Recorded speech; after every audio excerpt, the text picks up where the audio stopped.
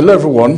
This is a beautiful day. Well, it is Monday. Monday is the first working day of the week, and I love the way this Monday is. From yesterday night, until this morning, that it's going to be a very, very wonderful day because the weather.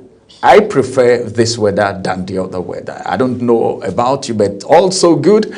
You are there at the other side, and we are excited to bring you Global Morning today, the third day of August. Happy New Month. I've not seen you this month. Yeah, I mean you. I'm talking to you. Yeah, I've not seen you this month. So I want to say Happy New Month to you and welcome to the August edition of Global Morning, reaching you live and direct from the nation's capital, Abuja, Nigeria. My name is Ramsey Enoch Agbo. And of course, Priscilla came to the studio smiling this morning. And I want her to transfer that smile.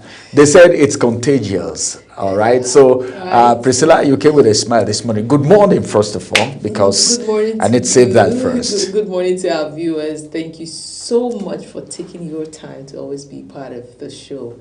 It's been a raining 48 hours. It's been raining for the past 48 hours. And I don't know what will come with this rain, but you can just predict that whatever it is that we've been calling flood, we're going to hear of it again because, it's a natural phenomenon, right? So as the whole rains were pouring, I'm just wondering, I hope we have put things in place. I hope we have working drainages. I hope we don't get to see the ripple effect of this negatively, because rain is meant to be a blessing if we prepare for it. So it's a cold weather, it's beautiful. Ramsey says he prefers the rainy season.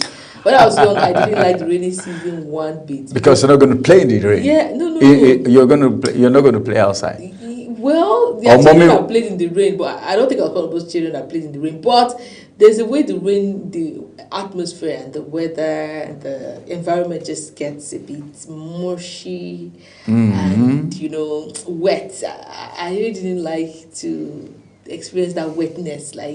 Okay, you want everywhere to be clean, dry, you walk freely, you don't need to jump, skip the waterlog. Our Nigerian roads, no matter where beautiful, it's beautiful roads we have in Nigeria. If you have the express close to you tarred, what about your street? Is every street that had a tarred road? There are places where we stayed growing up that had a tarred road, the street, and there are places where you'd see, you just come out of the street and you see a tarred road. And there are places where even on the express, it was from pothole to pothole. So it was really not a very nice thing for me, though. But growing up and being matured makes you understand that there's time for everything, and you have to really prepare for every season. So I have come to appreciate nature. I have come to know that you just have to plan for the season. When it's rainy season, you prepare health-wise. If you're a farmer, it's also that time to be excited because I'm not a mother, I'm not an adult, I'm responsible. I know that there's that food in abundance that comes with the rainy season. So I'm just saying all of this to say growth is constant and it's a beautiful weather. The weekend has been really buzzing, or it was buzzing with from the entertainment scene, the entertainment sector, with the Pella and the Jarvis razzmatazz. And we saw a lot of celebrities, flocking, trying to celebrate these young champs. In the midst of it, they're wondering, okay, they say early marriage. Is early marriage really good? What's the benefit of early marriage? Because I heard Pella is 25, Pella is 22, Jarvis is 25. She's older than him by 3 years. And I'm wondering, okay, everybody have been throwing their sentiments. Over the weekend too, we saw a preacher come up to say, as a woman, until you're 26, I don't think you're ready for marriage because before 26, you're still trying to figure out your life. The brain does not really mature until you get to 26 years of age. So putting yourself in that space where you're having to make such important decisions. Sometimes you make it in an immature way and you're already in it and wondering when your brain eventually matures, you're saying, how did I make this choice, right? So there's so much confusion to the kind of advice you want to take, because on the other hand, one is saying, get married early or have your kids early or while you're still in your prime, so that you can enjoy old age with, you know, grown-up children. You're not trying to train children in old age and all of that. So the divide is quite sharp, and maybe I want to throw it to you a bit. What do you think? Early marriage versus Yeah. What's the benefits? Do you think early marriage has any early marriage has its benefits, its advantages and disadvantages. But which is more? Which is more? Well, it depends on the individual. Right, it depends on the people involved, because marriage is not the respecter of age. You can't get married, all right, at the age of 30, 35, and your marriage still have issues. Okay. And we've seen broken marriages of people who are adults, right? And we've seen marriages that have thrived, all right, marriages of people who are 25, 26, you know, and all of that. So it depends on the individual and people's mentality of marriage, and that's why they will tell a lot of people, before you get married, you need to speak to a lot of people, you know, the counseling session, you know, you need to read books, how marriages works, because you can't pattern your marriage, all right, to just one individual or one particular ethnic group and all of that. She's coming from a different ethnic group, you're coming from a different one. The two of you are coming together for a lifetime journey. So many things need to be taken into consideration. So the one that outweigh the other depends on the people involved. You said something that the preacher said, and while you were speaking, something came to my mind that I need to do a research about the maturity of the heart and the maturity of the brain when it comes to marriage, all right? Because some persons are mature brain-wise, but they are not matured in the heart. And of course, you see that. So I want to know the level at which the two of them can strike a balance to make marriages work. Not just marriage, but everything. You want to embark on a business, you know, how mature are you, you know, in the heart? Even businesses, not just marriage. Your heart is from your brain. Yeah, no, that's why I say I need to do a research. Okay. I've not really studied it. I've not really done that research. Okay. Some persons will say, this person doesn't have the mind. All right. All right.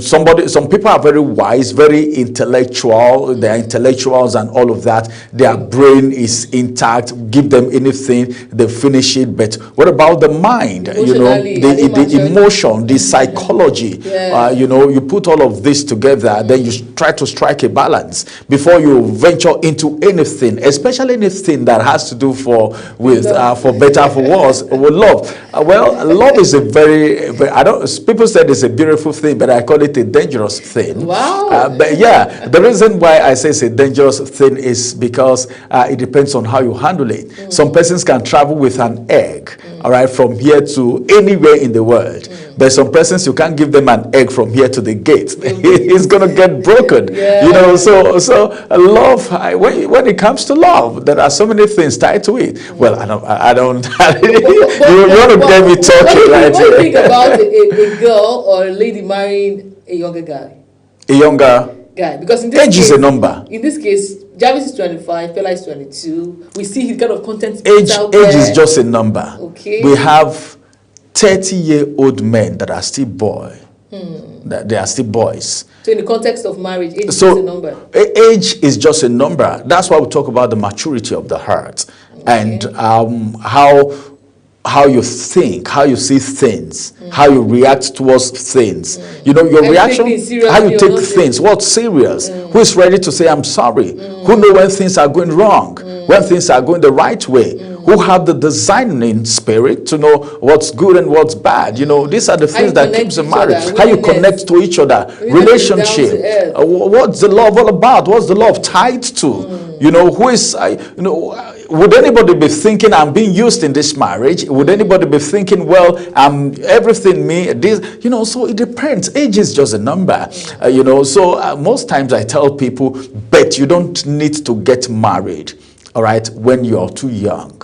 Okay. Even the Holy Book said it. All right. He's just 22. 22 years old. Does he have any business getting married? 22-year-old. He has parents, right? 22-year-old boy, not even a woman. Yeah. You know, they say women mature faster, right? Yeah. But for a man, you know, he takes. For Jervis, I don't know on what ground they are getting married. Okay. I don't know. I've not spoken to Jervis. I've not spoken to Pella. Okay. You know, I don't know on what ground they are getting married. But 22. All right, and you know what you're looking for in that marriage. The marriage can work. But celebrity marriages, I don't talk about celebrities' marriages because we've seen marriages, you know what I'm talking about. Yeah. Hundreds of them have divorced in the past.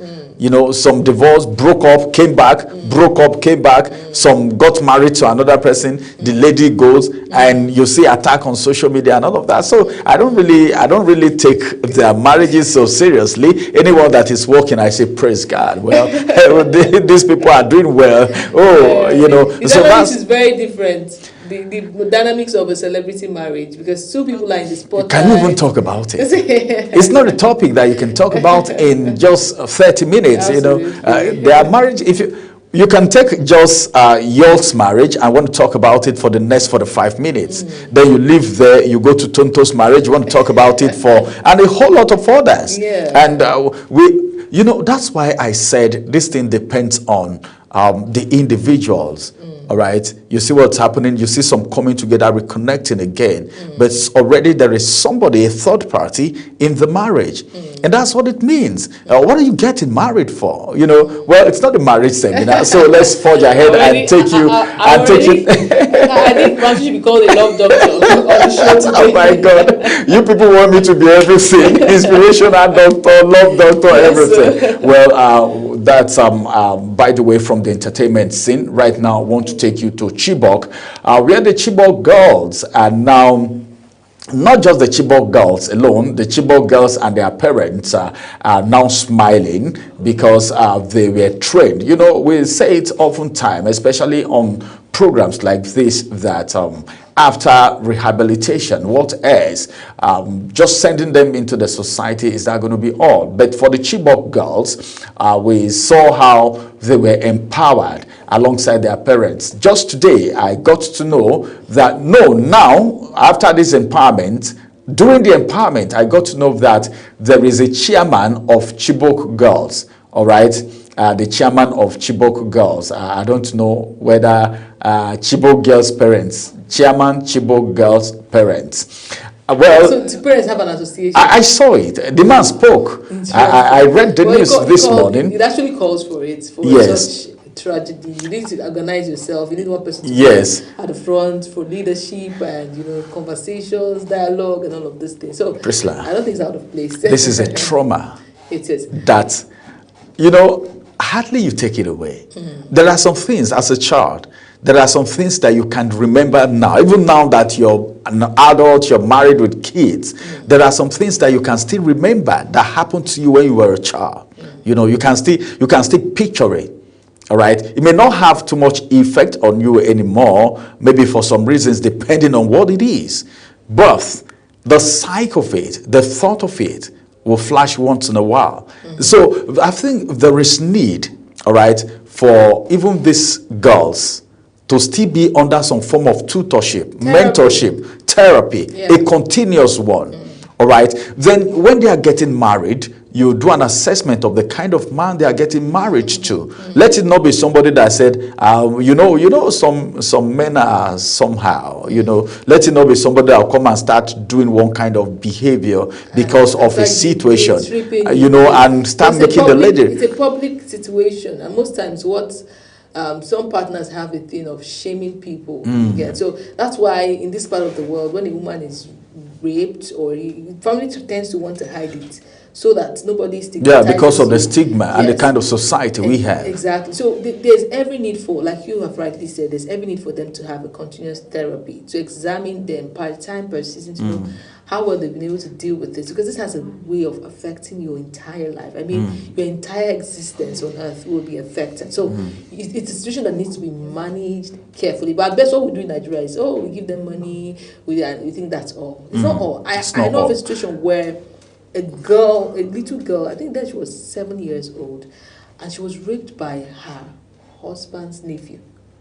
Her husband? Sorry, her father's That's her cousin, right? How do I? How do Is it the father's? The father's sister's son. That's her cousin. own. Her no. That's her cousin. niece, her nephew. Her cousin, her father's nephew. The father's nephew. Yes. Raped her. That's her first cousin. Exactly, her cousin. And when the mother heard it, she didn't even notice. It can be really traumatizing. And, according to the story, she was trying to speak to the father. Do you know how parents want to just dismiss you? Go and she couldn't really, until the mother noticed she was walking in a certain way. She was, not walking. She was walking in a certain way. And she had to call her. And then... Are they adolescents? No. I said the girl is just 6 years old. The girl is 6? Yes, she was 6 when this thing happened. All right. We need to move on. We don't need to talk about this now. We need to move on. And 6. The boy came to write whether it was WAEC or so. It was maybe 16, or I think it was one of these military exams. Wow, that's because the father is a military man. So that's terrible. It was a whole lot, trying to cover it up, because of the father's trauma. Reputation was at stake. He was the in girls. the army. And all, so it was a lot, and the woman said, "No, I'm going to fight for my daughter. I have to help her fight." Women don't take that. The men would want to cover it, but because then it's a family affair too. Yes, in Africa, you don't bring our family secrets out. It was a messy situation. But for her, she felt the right thing to do was to open it up so that this girl would not be traumatized for life. Because when you seal it, it just feels like there's a burden she's carrying. Anytime she sees the boy's family or sees the boy. Yes. And see, there are implications to this. If care is not taken, if the girl, I don't pray for that to happen, but if the girl is this kind of girls that are stubborn, it may result in something else. Because you know how that hatred, the girl may do something to that young man in the future without even letting anyone know. This is a family issue. Well, that's bad. So, and that calls for parents, please, don't take anything for granted. Absolutely. Be careful when your nephew, your niece come visiting. Let the ladies sleep alone in different room. Let the men sleep alone in different room, irrespective of their age.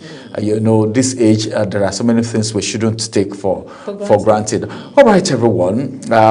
86 personnel, have been deployed to Guinea-Bissau for peacekeeping, and of course we also need peace in our country, and we are extending peace to Guinea-Bissau because we are part of Africa and we are part of West Africa, and of course we are members of ECOWAS. Well, details of that was in the news this morning, and it will still be coming on your way. How is our security situation? How much peace do we have in Nigeria? Can we give what we don't have? These are questions that some Nigerians are asking, and most times they speak to us. But then this might be coming up in some of our discussions subsequently. But because of our time, we'll now bring you Taste and Texture. Stay with us.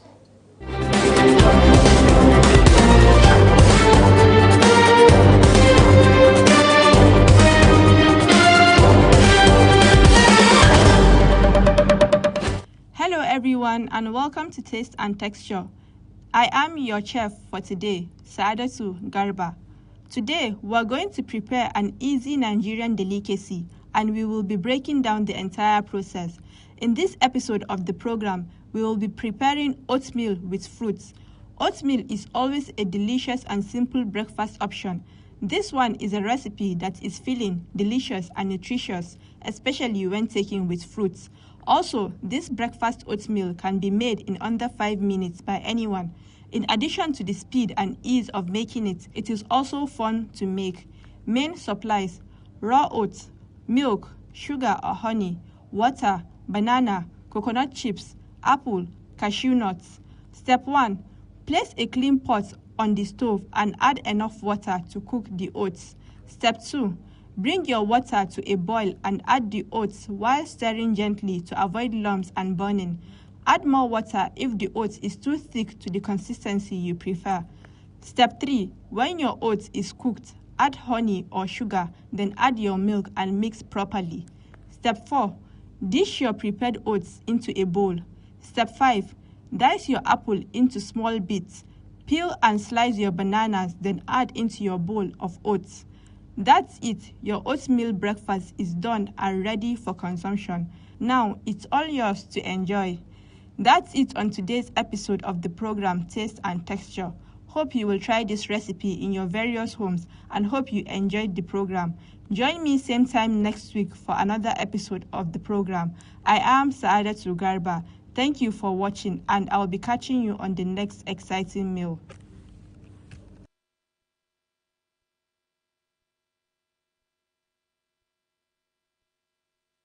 If I ask Ramsey now, will he take this for breakfast? And I suggest the breakfast for his people.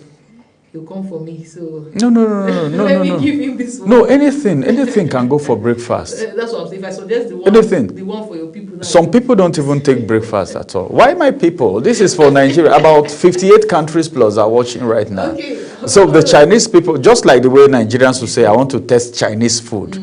Maybe there are some people in some countries now that will say, okay, let me test this and see how it looks like. Okay. You know, one of our friends came visiting from the United States, and we took her to all this amala joint, and she ate amala, and this one of these soups, is it bekiri or something, and she posted the thing on social media. And some whites were commenting, this one looks bad from the face. But I just saw it, she just laughed. I just saw it and I just laughed too. So it depends on the individual, you know. Anybody, anywhere can actually take anything for breakfast. So this is your breakfast inspiration. I don't know if you want to try it with something you're comfortable with, but it looks delicious. It looks light, as advised by some of our medical professionals. Don't eat anything heavy in the morning. They say always make it light. Although there's a theory that says they're trying to market for people that companies that owned cereals and all of that, so that it will be welcomed by Nigerians, because all of those food is perceived, all of those kind of meal is perceived to be light. So somebody still says, breakfast is very important, the most important meal of the day. It doesn't matter. Well, a lot of theories. But the most important thing is eat and eat healthy, right? Make sure you're eating healthy. So that is breakfast aside. Food is for the body, body is for the food, as they say. Well, it's time to feed our soul too. Let's get you inspiration to get you energized emotionally, logically, psychologically, every-wise, because it's Monday and you need to start your day, your week on a very good and energetic note. So here is Ramsey Enoch with Inspirational for You. Over to you, Ramsey.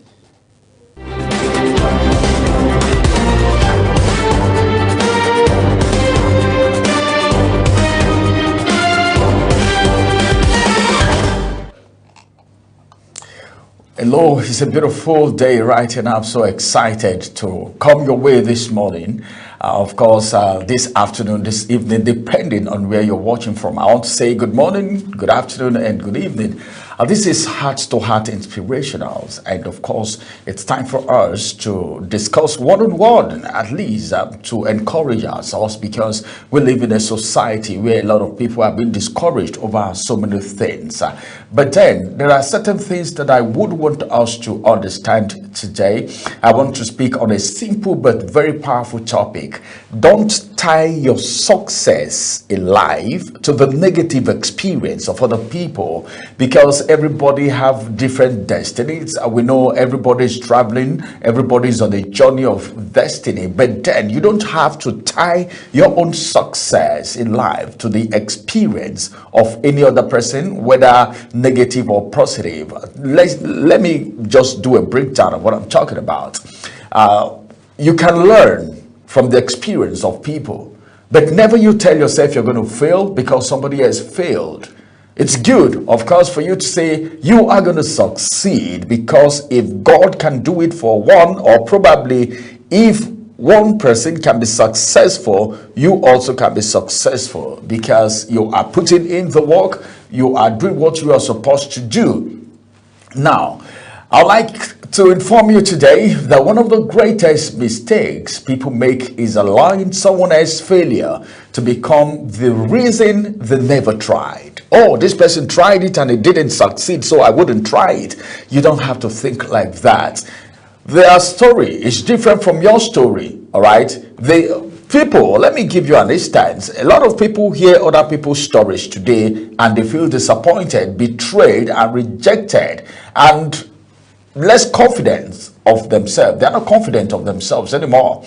Let me tell you, there are people today that they hear stories of disappointment, betrayal, rejection, or even loss, and immediately conclude that the same thing will also happen to them. Some say, business is a scam. I lost everything. Another person would say, marriage doesn't work. Mine failed. Another person will come up to say, politics is dirty.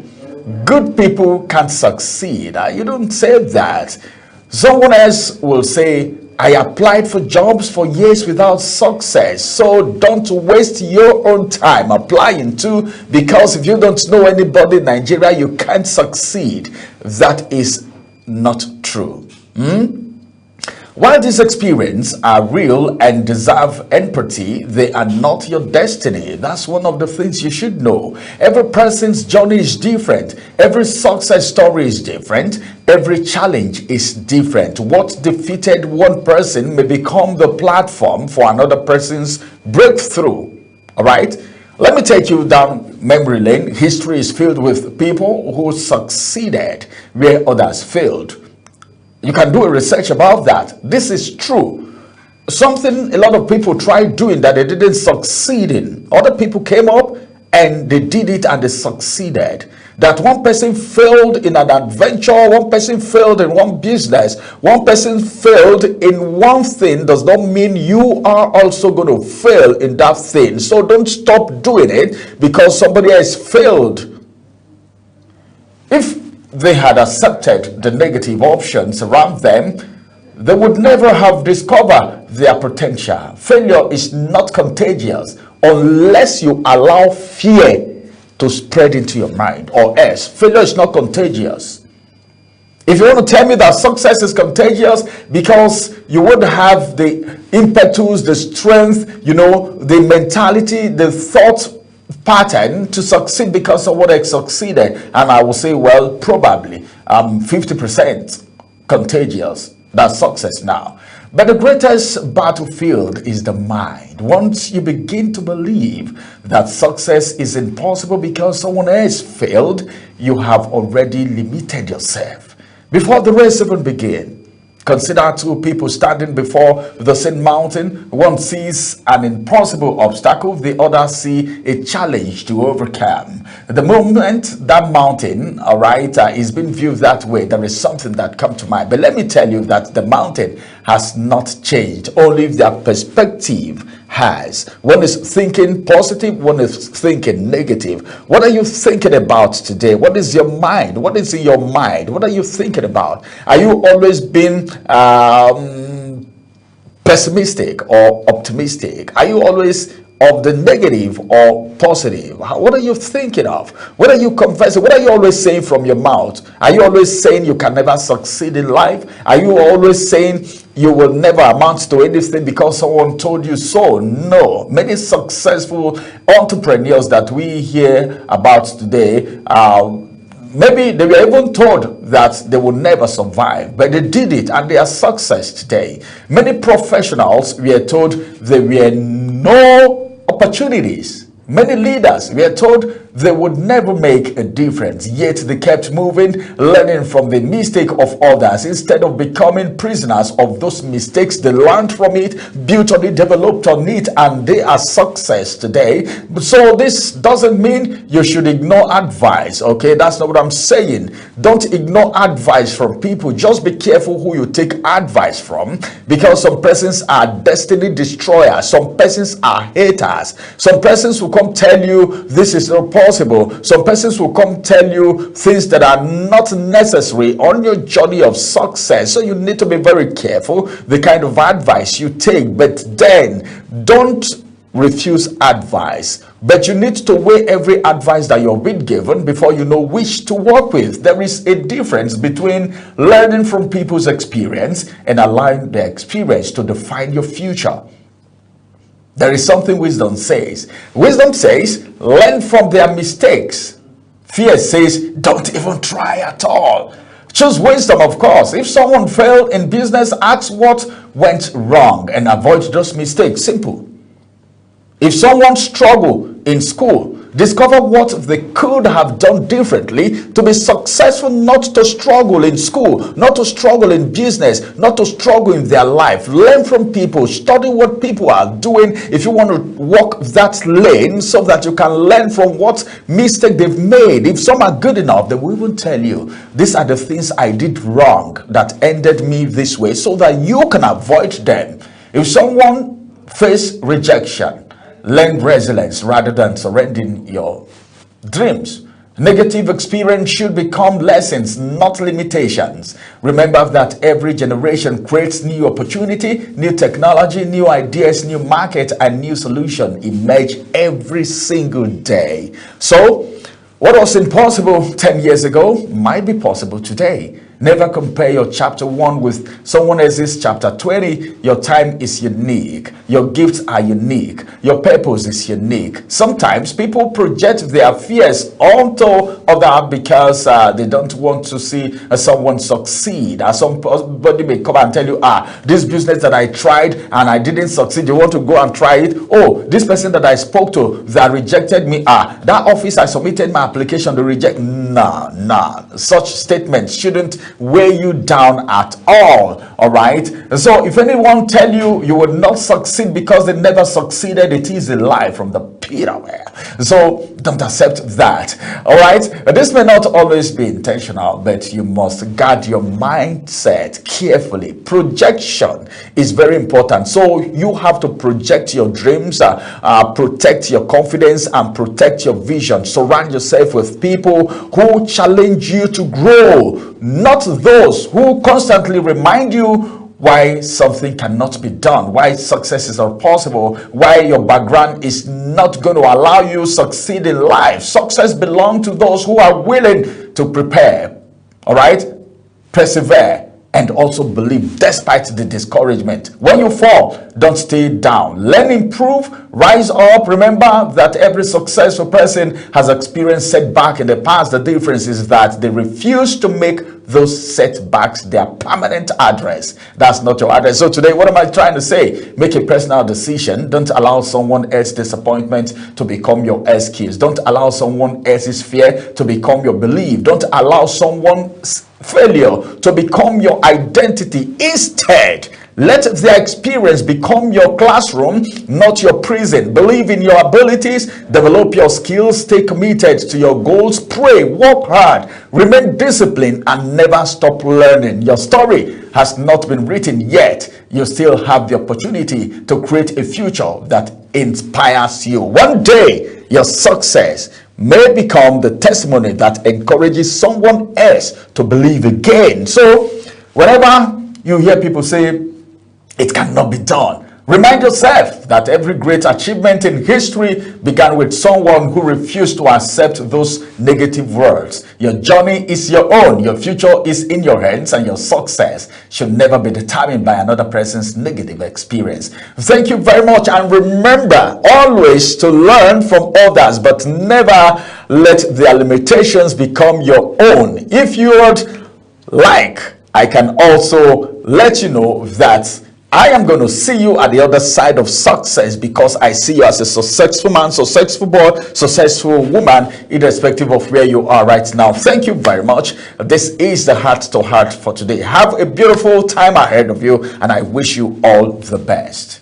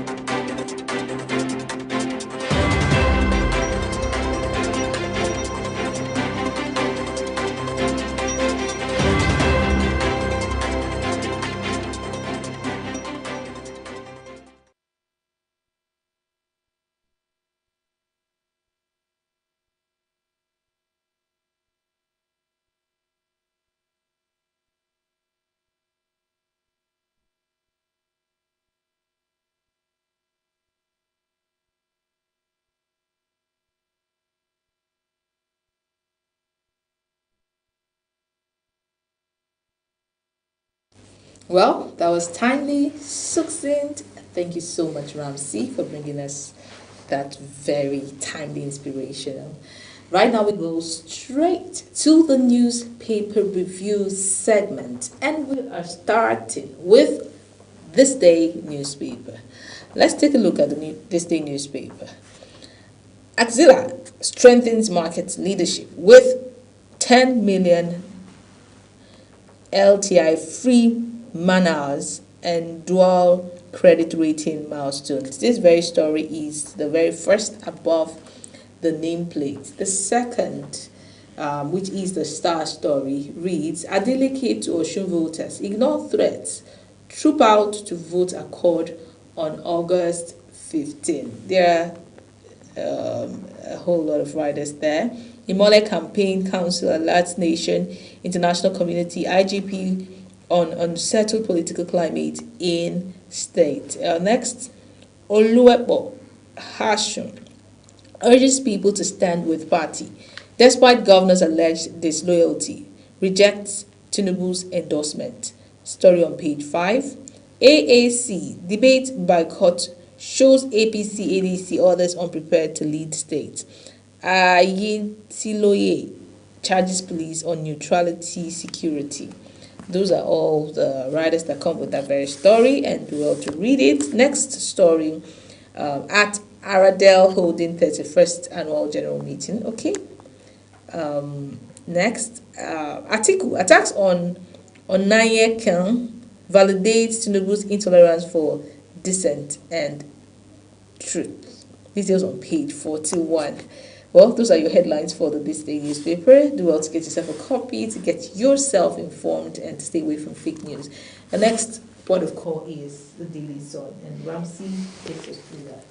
All right, thank you very much, Priscilla. Let's go through the Daily Sun newspaper this morning and see the headlines that we have there. Just beside the nameplate says Presidency Atiku fight over reforms. Details of that you will quickly see on page 28. The big story says ripples over Tinubu Catholic bishops meeting. Three riders to that story, and the first rider says Northern Christians back clerics, dismiss Boala's claims. They are not cheerleaders. Atiku tells Presidency bishops should acknowledge gains made. Sheikh Husani is the one saying that. Bishops should acknowledge gains made. Sheikh Husani, a lot of things have been politicized in Nigeria. I don't know, but then I think sometimes we should also take some criticisms and go back to the drawing board to see if or not what people are saying is true, because sometimes, except somebody tells you some things, and if you behold yourself in the mirror, you may not see certain things. Now 2027, that's the kicker. Christian groups petition Trump. Congress over APC Muslim ticket. Christian groups petition Trump, Donald Trump. Congress over APC Muslim troop. All right. What can Trump come and do? Why are they petitioning Trump? Was he the one, or I don't know? Some papers. Well, just pick a copy or check and. But maybe they are calling him to come to our rescue. The way Nigerians. And they are petitioning him. The word petition is. Maybe they wrote a petition to him. Okay, wrote a petition to and petition someone. These are two different things. Well, pick a copy of the Daily Sun and see what that story is all about. Social intervention programs have failed Nigerians. Oye is the one saying that. Cross River unveils $1.075 billion PPP investment deal. All right, that's for Cross River. And those are the headlines for you this morning on the Daily Sun newspaper as we move to The Guardian. Okay, we go now to The Guardian newspaper. Thank you so much, Ramsey. First story above the nameplate, Axilla. Axilla strengthens market leadership with 10 million LTI free man-hours and dual credit rating milestone. Below the nameplate, the star story reads, 10 insurers risk liquidation as 43 scale recapitalization hurdle. Details on page 6. On Nayakon Atiku, Christian leaders, Huriwa tackle presidency. Details on page 6. Below that, Atiku presidency beacon over economic performance, Nigerians reality, and that's details on page 3. Nigeria in $15 billion flood loses as experts see wider insurance coverage. Details on page 3. Oye, warns of FX market vulnerability, high SMEs mortality. Details on page 3. Next story. CPPE puts Nigeria's real sector financing gap at 50 trillion naira. Finally, on page 4. Finally, Osun 2026 CSO urges credible election as parties see last-minute support. Seek last-minute support. That detail is on page 5. Get a copy. News. Next point of call is the Vanguard newspaper. All right, let's quickly look at the Vanguard newspaper for you this morning. And in both the nameplate, we have some very striking headlines. This one says Dangote Sinoma signed $800 million MOU to expand Itori cement plant capacity to 12 MTPA. That's a good news. Well, let's see how that is going to go. Would that reduce the price? Nikon completes capitalization, clears 43 insurers. And on page 8, we have this headline. This is the federal government's economic policies. And of course, which is the star story on the Vanguard this morning.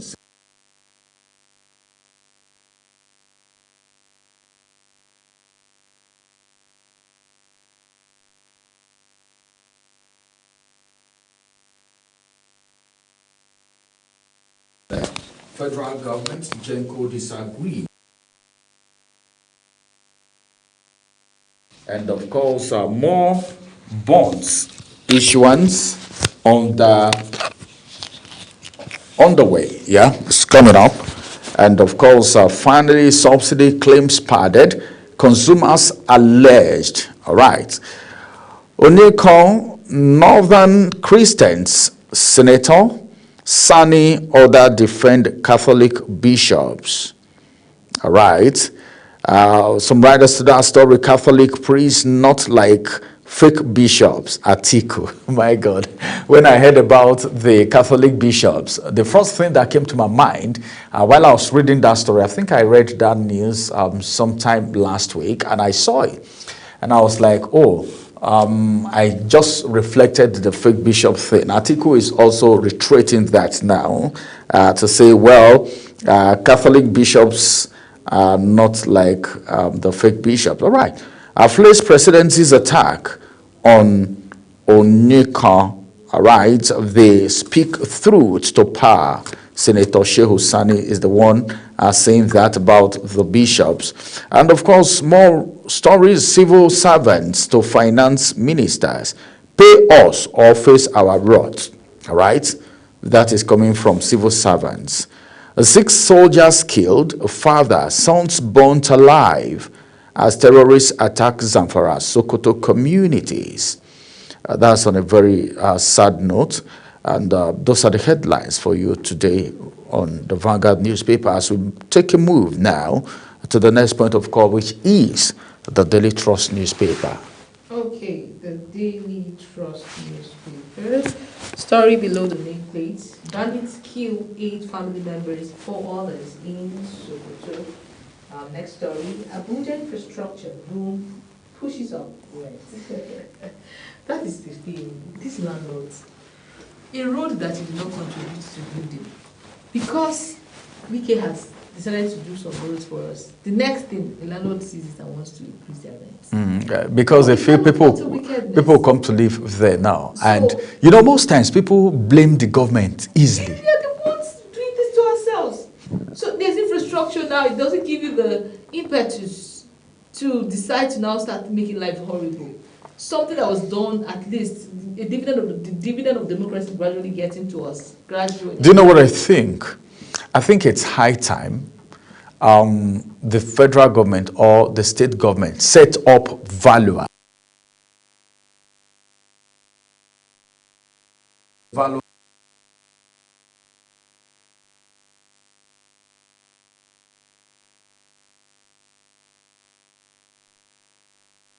Yes. We've seen houses where people live inside and, you know, different things happen because of the kind of house it is. I'm telling you. And these people need to check, value the property, then they can say this is how this property should be rented.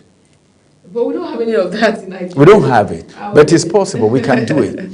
If we take citizens seriously. It's a serious call. I'm sure this is an SOS, emergency, whatever it is you want to call it. It is. It has gotten to that at this point because these people want to.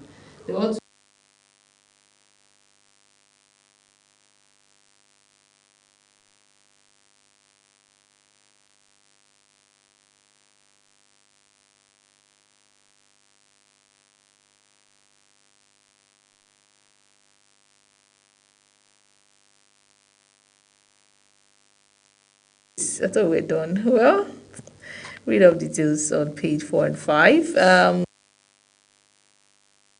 Houses.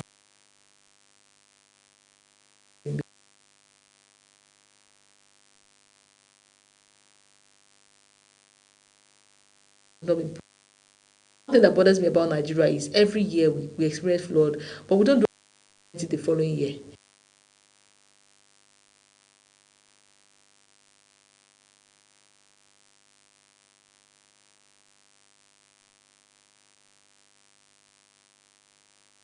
I mean next year. So yeah, we can decide to say, okay, let's learn our lessons now, but let's make sure that being built whatever area stayed in that you experience that flood, the government comes to intervene. And I don't even know how Nigerians stay in a place every year you're experiencing flood and you still live in that house. I can't understand.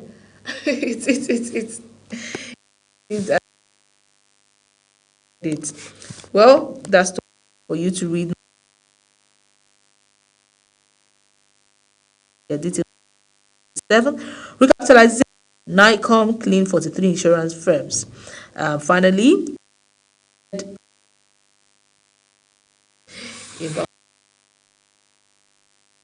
daily trust of the.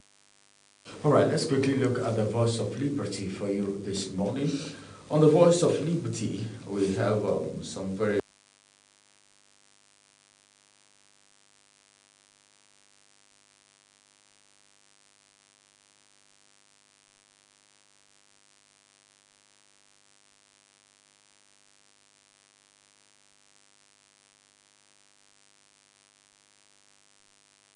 Okay. So let's go to the Punch then. No, not really. Okay. We have some headlines here. Okay. From Liberty TV. But I didn't want to take. Is Voice of Liberty owned by maybe the same person who owned Liberty TV? And there is an advert here, some kind of. So that's what I said. I'm going to skip. Right? Okay, I see. It's about the advert is about Liberty TV that we're going to go. All right. Consult Nigeria's first build consensus before state police. Sharia Council urges Tinubu National State Assembly. Atiku slams presidency over attack on Catholic bishop. 2027. Amechi not a political asset to Atiku. This is Wike talking. I kind of agree with you. I really strongly agree. I mean, I don't have anything against Amechi, but you feel Amechi is not a political. So that means maybe 2027. Is that what you mean? Say all is fair in war. So whatever it is that they want to strategy they want to adapt or adopt, I don't know. But Priscilla is dancing to the tune of Wike. All right. That's from the FCT minister. Atiku slams presidency. Okay, I've taken that. Then this one says 2027 coalition petitions Trump. US Congress by Muslim presidential ticket. Well, appearing petitions or petition? Petition. Okay, so if it is petition, it means Petitions. they're writing to him. It's petitions. Is it petitions? Yes. Okay. Coalition petitions. Okay, petitions. All right. Kaduna Forest Guard training best in Nigeria. This is coming from NSA. All right. As governor seeks 1,000 more recruits. All right. Those are the headlines for you on the Liberty newspaper this morning, Voice of Liberty. Let's quickly move to the Nigeria News Direct.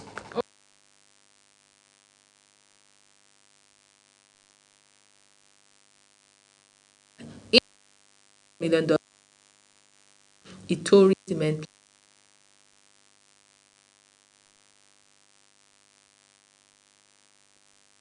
of Governor's Lodge road projects. Fubara Woods started from listening to those who wanted to oppose me. That's coming from Wiki. The Star Story. Nigeria's economy hit $377 billion. Presidency replies article. Well, I'll say we want to see this practically. Details on page 25. Says opposition relied on outdated 2024 data to criticize reforms, defense debt profile, oil revenue, healthcare, and education spending.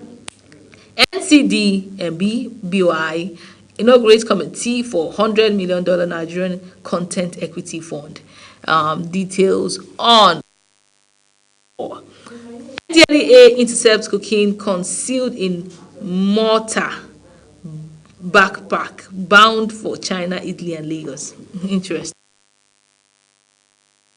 Adeleke alleges plot to arrest 46 Accord party leaders ahead of Guba polls. The normal thing in Nigeria when there's elections looming, you hear all of this. But read up all of these stories to stay away from fake news. It's on the Nigerian News.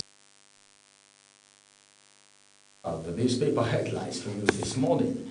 All right, everyone. So good to see you being part of the newspaper review. So many still coming on your way, and we have our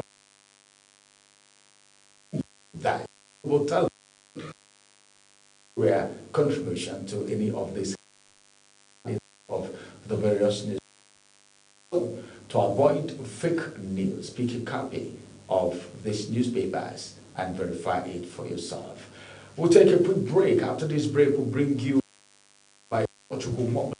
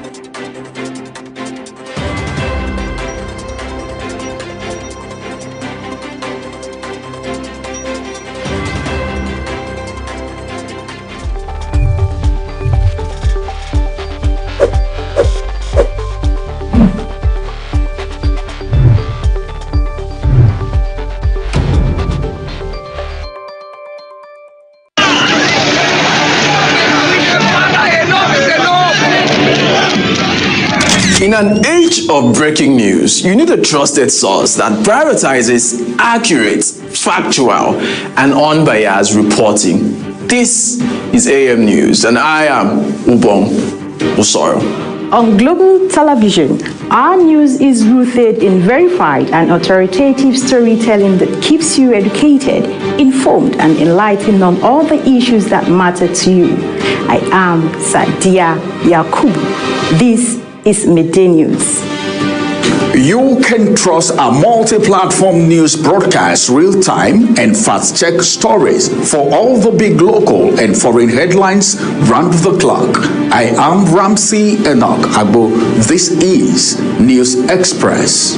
Our array of anchors delivers the news to our teeming viewers, breaking it down with context and perspective. This is News Cycle on Global Television.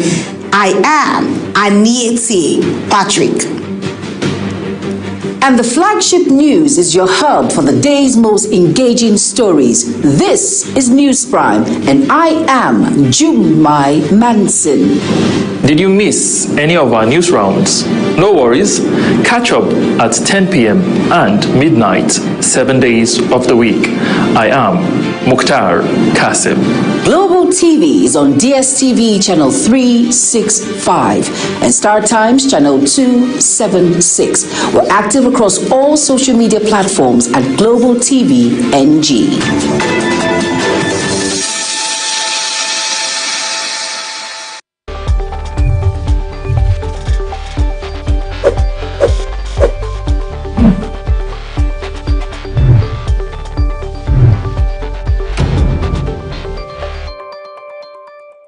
At Witchtech Cables, we don't just make cables, we deliver excellence. Our products are built with advanced technology, trusted for their unmatched quality and durability. With a wide range of cables, swift delivery, and continuous innovation, we stay ahead of the market demand. We are proudly Nigerian, fully indigenous, yet world-class. Backed by a professional team, strong technical support, and a deep commitment to customer satisfaction. Witchtech Cables is more than a brand, it's a promise. Witchtech Cables, quality cables better than the best.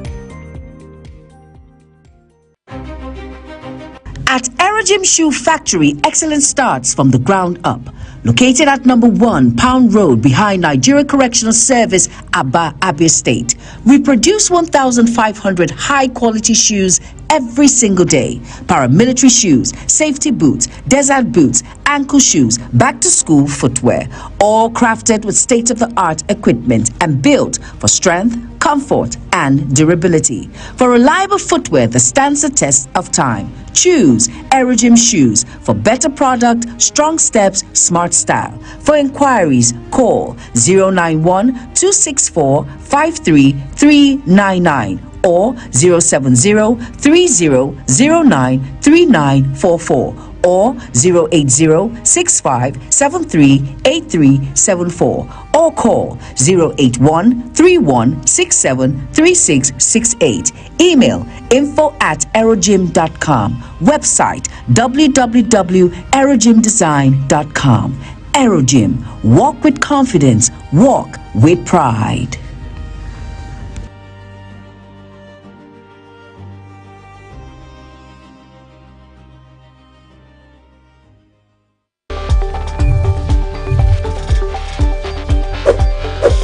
Social media speaks. We listen and we bring you the extra. It's your one-stop shop for trends, tweets, and the tea everyone's sipping on. Join the conversation, share your thoughts, and get that extra dose of what's shaking the internet. And the issues making wave on social media to your doorstep. Social Boss Extra, where the trend meets the talk, only on Global TV.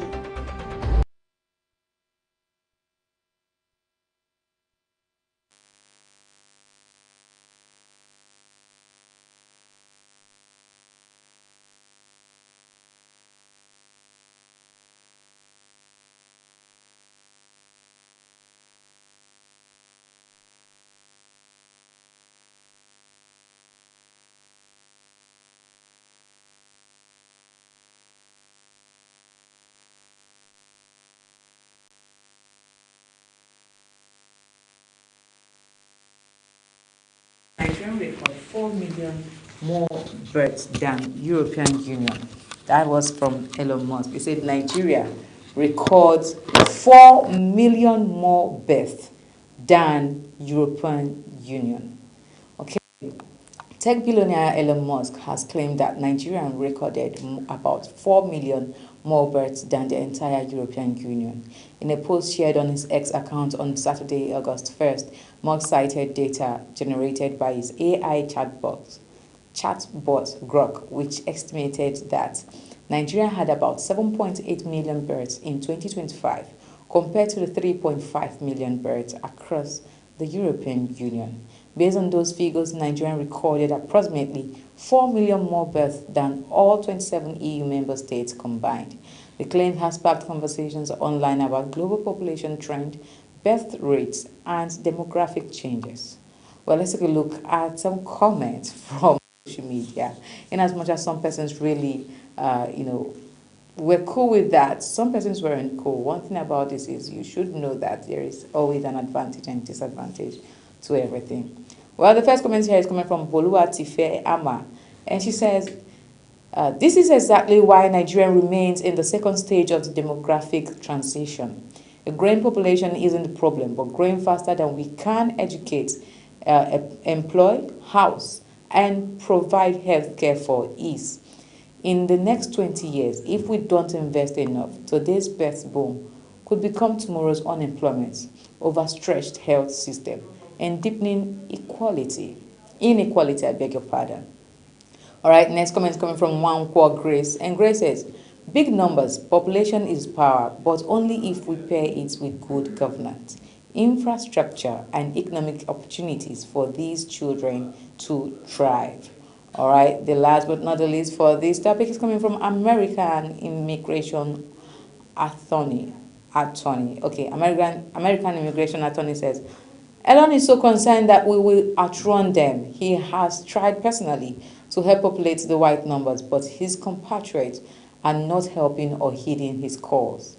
I personally will add 10 babies to the list. All right, thank you so much, American Immigration, and everyone who dropped their comments today. Just like I said earlier, there is a disadvantage and there is an advantage. Numbers or population in any country is an advantage. You know, you have a lot of human resources, a lot of hands. But again, on the other side, when there is too overpopulation and the economic system is not equating that population and is not using that population well, that is where it will end in disaster. Well, I'm not alone this morning. I have with me Priscilla of Asi. Good morning, Priscilla.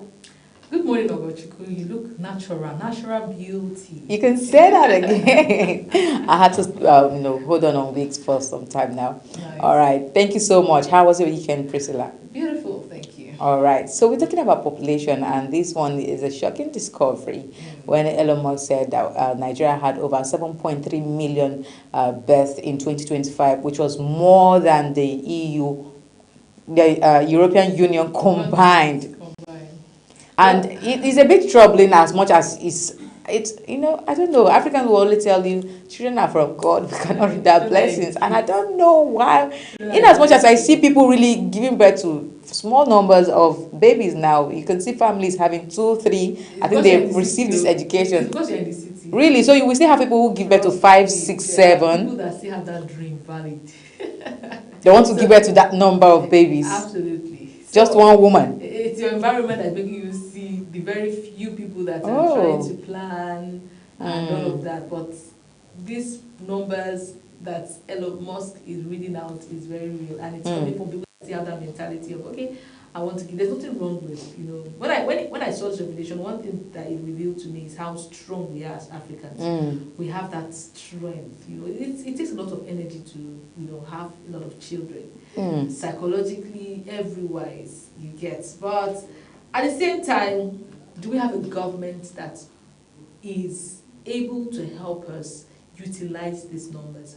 Because when, like you said, what we don't have, when the numbers or when the economy of a particular place, it is not matching with the numbers, then it is disastrous. It's not just bad. It's disastrous. Yes. It comes after us and it brings us down. It just has a way of just making sure that everything we do is futile. It's destructive. So the question is it really matching? And of course, we know the answer. It's no. It's not. Every single day you go on the internet, somebody is begging, other comment section, somebody saying, please, I've not eaten. I think it was Easy that read a message that one of her fans sent to her, and the fan was like, my name is so, I'm a single mother, I want to go back to school, I need 150 kilos. And she said, you're a very stupid person. Oh my goodness! She said, school is luxury for person who don't born pikin. So if you start going to school, who will take care of your child? The children. You get do this because your situation, you're not analyzing, but because your friend has given birth to so many children, you think you can do it too, you can cope, you think it's magic. It takes more than resources, financial resources to train children. Very true. You need the emotional capacity, you need the mental, you need your psychological state to be intact. You need your time. And with the current economic situation, how many time do we even have? You use your time to cater to work, to make sure that there is money and all of that to support women, even in that space where you have to financially also bring to the table. That is just the reality. So why are you having children that you, even if you had all the money in the world, you don't have the resources, mental resources, the knowledge, you don't have the knowledge to keep them, but you want to give birth to them because you see, children are a blessing, but we must understand that they are a responsibility. And if you do not understand that, at the end of the day, it still boils back to you being traumatized because you feel like it's a blessing and it's not adding up. And we keep deceiving ourselves. So we must understand our predicament as people before we even go to a nation. Know what is your unique predicament and plan your life around it. Don't carry your body and put on someone that is trying to plan their life. You don't want to. You have 10 children. Okay, Priscilla. Priscilla, please address the issue of our population with what Elon Musk is saying. Well, I don't know. Somebody said that Elon Musk is trying to compete with the yes, has been trying to raise the bar when it comes to population in the EU, the European Union, and he's not getting it. He's coming from a civilized country that understands the know-how to bring children into this world. They understand how to be logical about things. So he can never beat that competition. He can never win. He can't win. But I don't know whether it's propaganda, whatever it is. One thing I would just say is our government should look at this from the other angle. Don't look at it as a propaganda, because that's the truth. If you look at it as a propaganda, you will never solve it. Exactly. Yes. So look at it from every logical sense and see how they can make the best decisions, policies, reforms from this very information that he has given to us. Of course, you have to fact check it. And from all indications, it's true. Like I said, we are seeing this from an Abuja perspective. Even in Abuja, go to the nooks and crannies. You see these women giving birth to children that are like this. Maybe one girl or 1.5 years older than each other. It still exists. But above all, let's do better as a people and let our governments do better. All right, thank you so much, Priscilla, for educating us on that. Yes, my final word today is we can actually use our population to our advantage, in as much as it's looking like we don't even have that population, because if you ask yourself, when you go to the hospitals, how many doctors do you see there working? You have just few of them handling overpopulated sick persons. And when you go to the school, how many teachers do you see there? So many persons are running away from these duties. Why? Because they are not well paid, they are not well groomed. So our government can actually use our population to our advantage, instead of just, taking, leaving this, information we just got. Don't look at it as a propaganda, like I said earlier. Let us take advantage of our population. Human resources is very, very important. We know a lot of countries. One of them is China, with so much population, but see what they are doing. So let's take an advantage of our population. All right. Thank you, everyone who was part of the show, and of course, thank you once again, Priscilla, for your contribution to today's topic. And yes, this is where we close the curtains for Social Buzz on Global Morning. I'll be leaving in the hands of Ramsey and Priscilla as they usher us into this discussion section of Global Morning. You won't want to miss that section, so stay with us. Once again, good morning, Nigerians and viewers around the world. I am Ogochukwu Mobno. Bye for now. When social media speaks, we listen and we bring you the extra. It's your one-stop shop for trends, tweets, and the tea everyone's sipping on. Join the conversation, share your thoughts, and get that extra dose of what's shaking the internet. And on the issues making wave on social media to your doorstep. Social Buzz Extra, where the trend meets the talk, only on Global TV.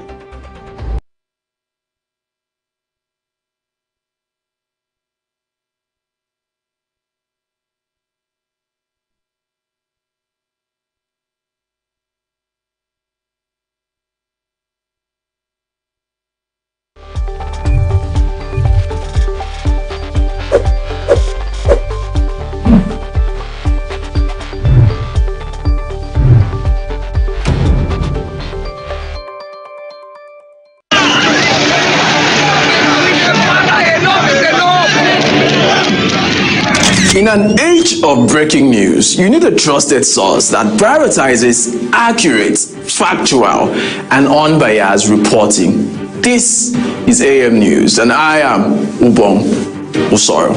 On global television, our news is rooted in verified and authoritative storytelling that keeps you educated, informed, and enlightened on all the issues that matter to you.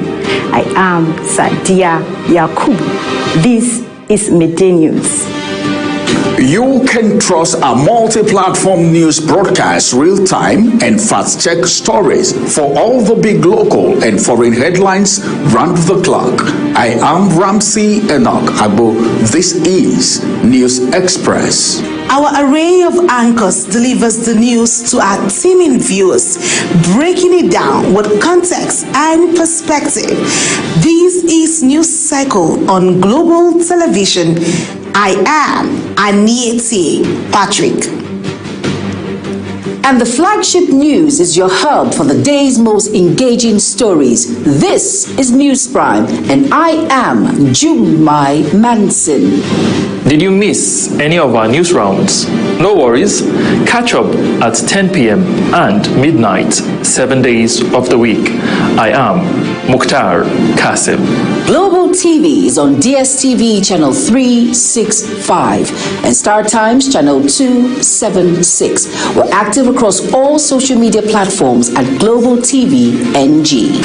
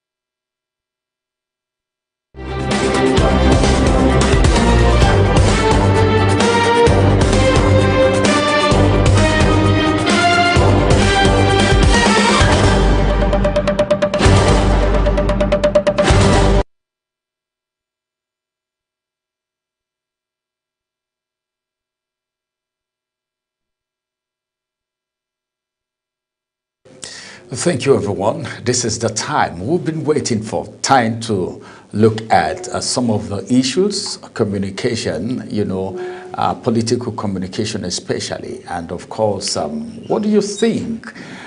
This is August and the campaign is going to get started. Are we going to have issue-based campaign? How has the communication been within the governing space, our political setting, even within the electorates? These are things that we need to talk about now that 2027 is drawing very close to us. Today, we will be discussing that conversation. I will be doing that conversation, and we have the SA, all right, Special Advisor to the APC Deputy National Chairman South on Media. Is going to be driving the conversation with us this morning in the person of Nwa Orisa G. Chinonso. It's good to have you join us, Chinonso. Yeah.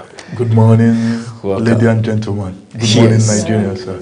Thank you for having me. You're welcome. Yeah, thank you. Yeah, it's so good that you're close to the corridor of power. And, when you're talking with someone close to the corridor of power, you are sure that, yes, you're about getting the necessary information, especially when it comes to someone who is in charge of media. So you are more like a gateway, all right, between your principal and the people. How has been politics in the South as it has to do with APC? They just concluded primaries, preparation for the forthcoming election in 2027, campaign, especially campaign. Are you expecting an issue-based campaign in the South, for instance? Well, politics has been good, hectic as usual, and opposition will always be opposition, and the ruling party will always have their way. You know, I love this topic a lot because it's the problem we Nigerians have been having: communication, understanding one another, understanding that as I am Nwaorisa Gerald Chinonso, I have my right to support any candidate of my choice. You know, so communication goes a long way, you know, to bring either peace or destruction in this country. You know, depending on how we shape the narrative of whatever that is going on. So, about South, because you know, my boss is the Deputy National Chairman South, so he takes care of the South. I can comfortably tell you that Southerners are prepared for 2027 election, and I speak for APC. I can speak concerning APC. I don't know about the opposition.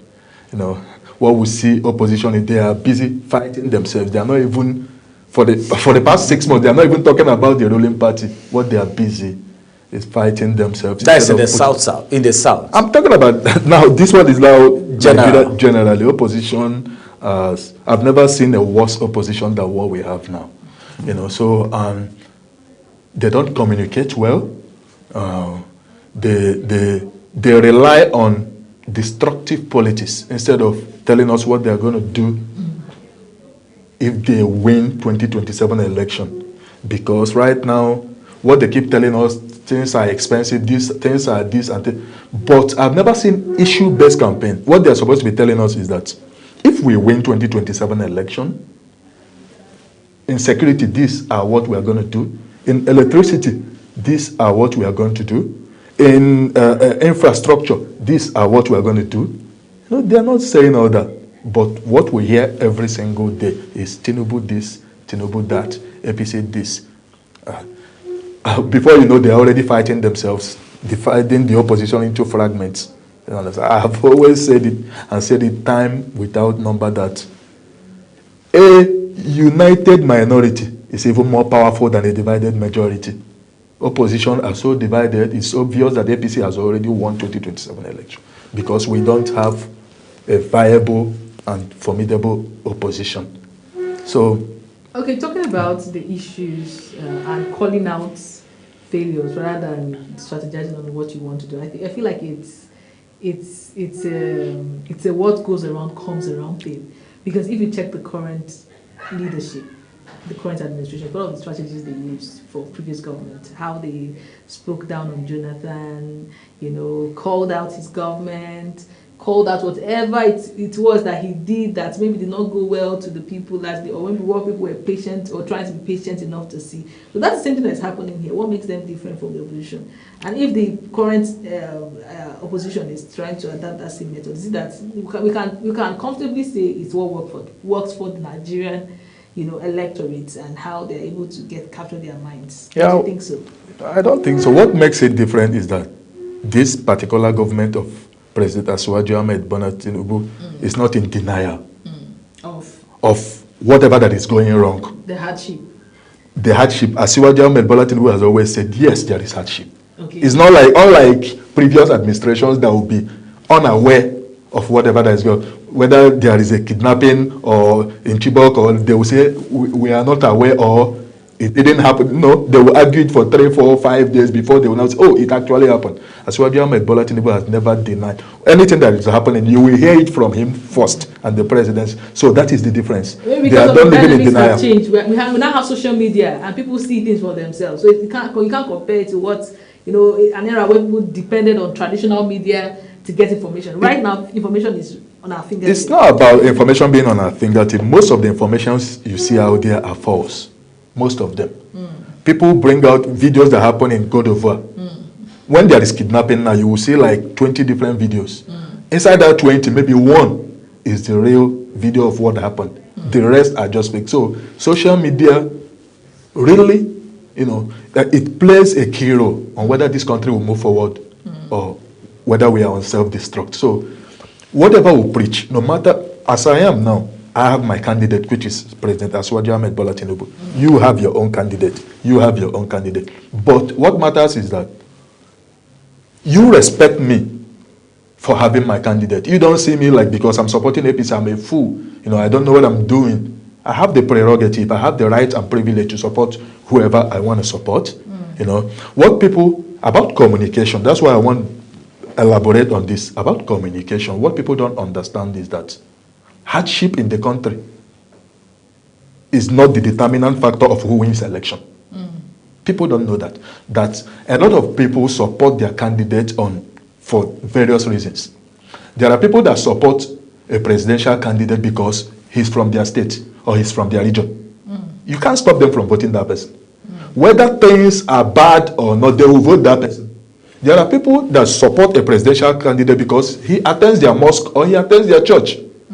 Whether fuel is 3,000 naira per liter, there is nothing you can do to change the mind of those people. There are people that support a presidential candidate because their boss will get appointment if that person becomes president. No matter the price of goods and services in the market, there is nothing you will tell that person to change their mind. So it's a selfish interest game. That's what politics is all about. So anybody that you see supporting a particular candidate, just respect. You can't start telling him, why are you supporting this person? This person is old. Then come and run for the position and run against the candidate. All right, Maurisa, let me take you back a little bit from the first statement you made when you were doing your analysis. You said something like the ruling party will always have their way. In what context are you talking about? Is that not a wrong narrative for a society that should be democratic, operating a free, fair, and credible election? Of course, it's democratic and everything about having their way is free and fair. But what I'm trying to tell you is that the ruling party understands this game of politics. And more than other political parties? Yes. How do you mean? Because it's not like we don't have issues in our party. It's not like we don't quarrel. It's not like we don't fight. But at the end of the day, we know how to come together to achieve a particular goal. You will never see APC into fragments. That is why I'm telling you, having their way. We've seen aggrieved APC members come here, and people even leave the party basically because they are aggrieved. After the primaries, a lot of people left your party. People are, how many people? Compared to the opposition. What I'm trying to let you know is that that's why I'm telling you that we fight and we quarrel sometimes. But at the end of the day, everybody will come together. Maybe because it's called a ruling party and nobody wants to take chances because somebody is already there. Because of the kick. Maybe. Yeah, exactly. Maybe. But what I'm trying to let you know that we have the technical know-how. We have built friendship over the years. Over 10, how many years? There are people that will go out, before you know it, they are back within 3 weeks or 1 month. Because they understand that there is no place like home. They understand they have more chances there. Yeah, they are the ruling party, and the system of elections in Nigeria almost always has the ruling party come back. So that's speculation. Let me tell you, opposition are more in numbers than the ruling party. I'm not going to argue that. Opposition, people that don't want APC to return 2027 are more in numbers. But it's not about being more in numbers. It's about how strategic are you people in the opposition? Do you have your PVCs? It's not about being more in number. Do you have your PVCs to vote? Should I add, do you have access to PVCs? Of course. There is nobody that don't have access to PVC. And I can tell you that there is no APC member you see that don't have PVC. Okay. So go and register your PVC you hear on social media are for opposition, not for ruling party, because we understand this game. We understand that it's game of numbers. We understand that it's game of how many people you draw to your side determines your chances of winning. You understand? But what is happening in the opposition? APC members should also have a PVC. Are you saying there is no APC member or there is no APC supporting member without a PVC? Yes, so I can categorically tell you that. There's no APC supporting member. 99.9% of those that vote APC are politicians. Okay. But opposition is more. So how do we reconcile that? So what I'm telling you now, in numbers, you can be more in number and still lose election. Because one, you don't have PVC. Two, you do not agree to cast all your votes in one ballot. That's what's happening to opposition. Now, Obi left ADC and joined NDC. Their votes are divided already. Instead of them coming together to cast all their votes in one ballot, Sheyi Makinde is running in APN, one party like that, I don't know. Their votes are divided already. It's just like if we are 100 in this room, if we are like 100 in this room, and we are talking about how to eat breakfast, and 20 people are shouting that we'll eat akara and pap. Akara and pap is what they maintain it. Then maybe the leader of the group now say we are going to do voting among the 100 people. 20 people cast akara and pap. 10 voted rice and beans. 15 voted yam and plantain. 20 didn't even vote at all. No, they scatter their vote. When they now announce the votes, they now say akara and pap won. You see that the opposition are more in number, but the minority that are united won. That's why I keep telling you, united minority is more powerful than divided majority. If that majority cannot come together and decide on a particular thing and say, this is where our votes are going, you end up, APC will win. Even if it's 2,000 votes, they will be declared winner because we are united. We are more than united. No matter how aggrieved I am, I believe that, and there is something, this communication of people need to understand that just the way I am right now, even if I am not happy with this and that President Tinubu has done or is doing, I will still vote APC because I'm a politician and I did not join APC because of President Tinubu. Even if President Tinubu is not the person ruling this country now, I would have given the same 100% support to whoever that is president in the APC. So it's not all about the president. It's not about the president. It's all about the dedication to the party. I'm talking about we politicians. Are you speaking for yourself or you're speaking for all politicians? No, I can tell you this is the mindset of any. This is the mindset of any politician. So I am not voting APC because of President Tinubu. Even if there are things he hasn't gotten right, I will still vote APC. He has gotten so many things right, but I'm trying to let you know now, even if there are things he hasn't gotten right, I will still vote APC. Because my mindset is, if I vote APC, President Tinubu will finish his next 4 years, and another person from APC will enter as president that might get those things right. It is better for me to vote my party than depend on another party that I don't know what they will bring.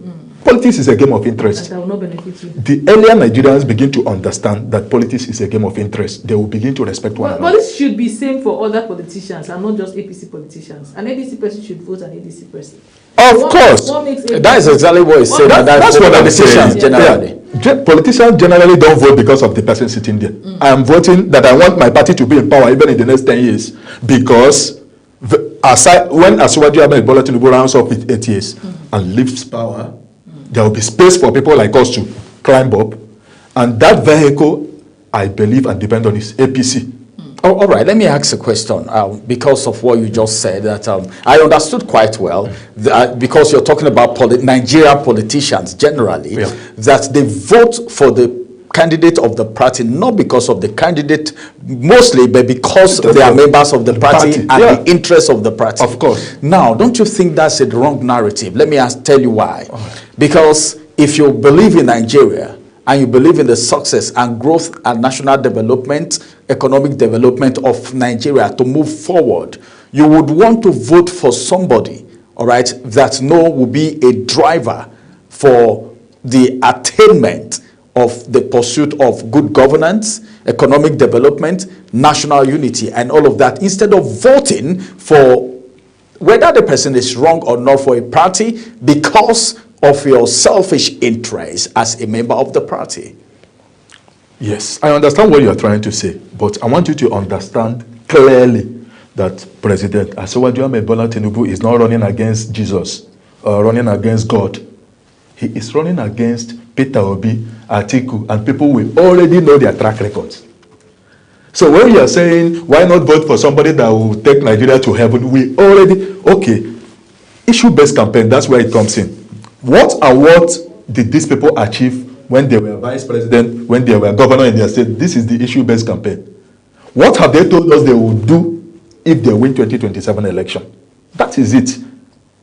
So what I'm trying to tell you is that aside the interest aside, issue-based campaign, what are those people, what have they achieved when they were in power? So when you are telling me why not vote somebody that can do this, is Tinubu running against Jesus? He's running against Atiku Abubakar that we already know his track record. Kwakwaso, Obi, Sheyi Makinde, and all. And when you juxtapose side by side with all these people on ground, Asiwaju Bola Tinubu still remains the best candidate, as far as I am concerned. All right. Let me ask. Okay, you said Asiwaju is the best and the right candidate. If I ask you, I know you'll give me reasons, even because you are in APC, of course, and you have interest in governance.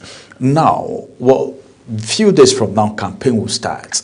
And one of the problems, a lot of Nigerians don't believe in politicians. Not just Nigerians alone, even politicians don't believe in themselves. And I'll tell you why. And that's the reason there was this scenario of you need to be taken to a shrine to swear before we give you or take an oath by some political party so that we don't give you the mandate and you run away after getting the mandate. I know you are aware of that. It was in the media space. Meaning politicians are not being trusted by politicians themselves and Nigerians alike. Now, let me ask. Campaign is coming again, and you know what happens during campaign. Politicians will come and say 1,001 things, all right, without fulfilling it, all right. Just like the president told us, if we don't see electricity, if electricity not available to us, we should vote him out. Don't you have light now? Don't you have electricity? Do you know if it is generating plant for using? So my question now is this: as a matter of fact, now campaign is coming, all right. What do you think? How do you think we need to change that narrative of people believing that political campaign is nothing short than lies? To start with, people should also understand that politicians are not miracle workers. They expect so much from politicians to the extent they force them to tell them what they cannot do.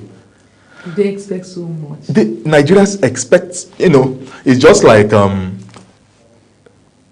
Asiwaju is just three and a half years in power. People expect all the roads in Nigeria to be fixed. People expect electricity 24 hours. The same people that expect this electricity will go and, when you try to give them the electricity, they'll go and bypass it to get it for free. Let me tell you, Nigerians, I'm sorry to say this, whatever you see in this country from politicians is the replica of who we are as a people, because we don't borrow politicians from abroad. People that come up every day as politicians are the people who see every single day of their life, are those businessmen who do people and make money, are those people who trample upon the rights of the citizens, are those that they still one day become politicians. So Nigerians do not hate, what is it called? Nigeria, they don't hate corruption. They just hate the fact that the corruption is not on their doorstep. You see a typical person complaining, this is not good, why is this politician bad? Well, let that politician just bring that person close and give him or her appointment. You see them, they will start singing it. So a typical Nigerian just wants corruption on his or her doorstep. The shouting is just social media clamor. It has not benefited us yet. Of course, it has not benefited us yet syndrome. That is what is happening in Nigeria. Mention name, anybody. Before, once they bring you close, you see them start singing praises. So that is Nigeria. That is who we are as a people. So as far as politics is concerned, everybody should respect one another. And those that are coming out to campaign should give us issue-based campaign. You understand? I know things are very expensive. It hurts me too. I feel it. It's even in every part. When I'm discussing with my friends in UK, US, this is how everybody is crying. Nigeria has never been the same since the days of COVID. But don't you think we need someone to change this narrative? Or you feel you've given up that it can be changed again, that all politicians need to come tell Nigerians lie? What if you come and you tell them this, and you do the same? If there is one thing, I'm I'm not a politician, and I don't have a candidate, as a matter of fact. But one thing that I must give to, you just said it, to President Bola Ahmed Tinubu is the fact that he's always saying there would be light at the end of the tunnel, meaning we are on a journey. He has said it that this is what some people would have done long ago that would have started enjoying now. All right. I know he's saying all of that, as a matter of fact, to calm Nigerians down despite the hunger. But then, can't we have somebody, like you just painted, that every politician is not an outsider, they are Nigerians, that is the product of the kind of people, the kind of product that we have, the caliber of people that we have in this country, come tell lies all the time to have their way. How, as a politician, and as a young politician now, because you just said something that you, maybe one day when Tinubu lives there, one of you, the youth, will get there. I'm excited that I'm interacting with the youth. So now, do you think or believe in the possibility that this narrative would change one day? Of course I do. I believe that the narrative will change. And it will go a long way when we begin to sensitize Nigerians about, let that change begin with us. Because every single thing we blame politicians about is what we do.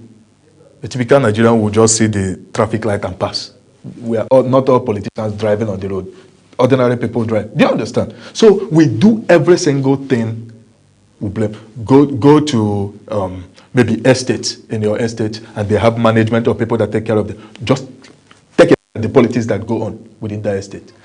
After 1 year or two, you start seeing residents of the estate blaming their leadership of corruption and all that. So are those ones politicians? It happens every single day.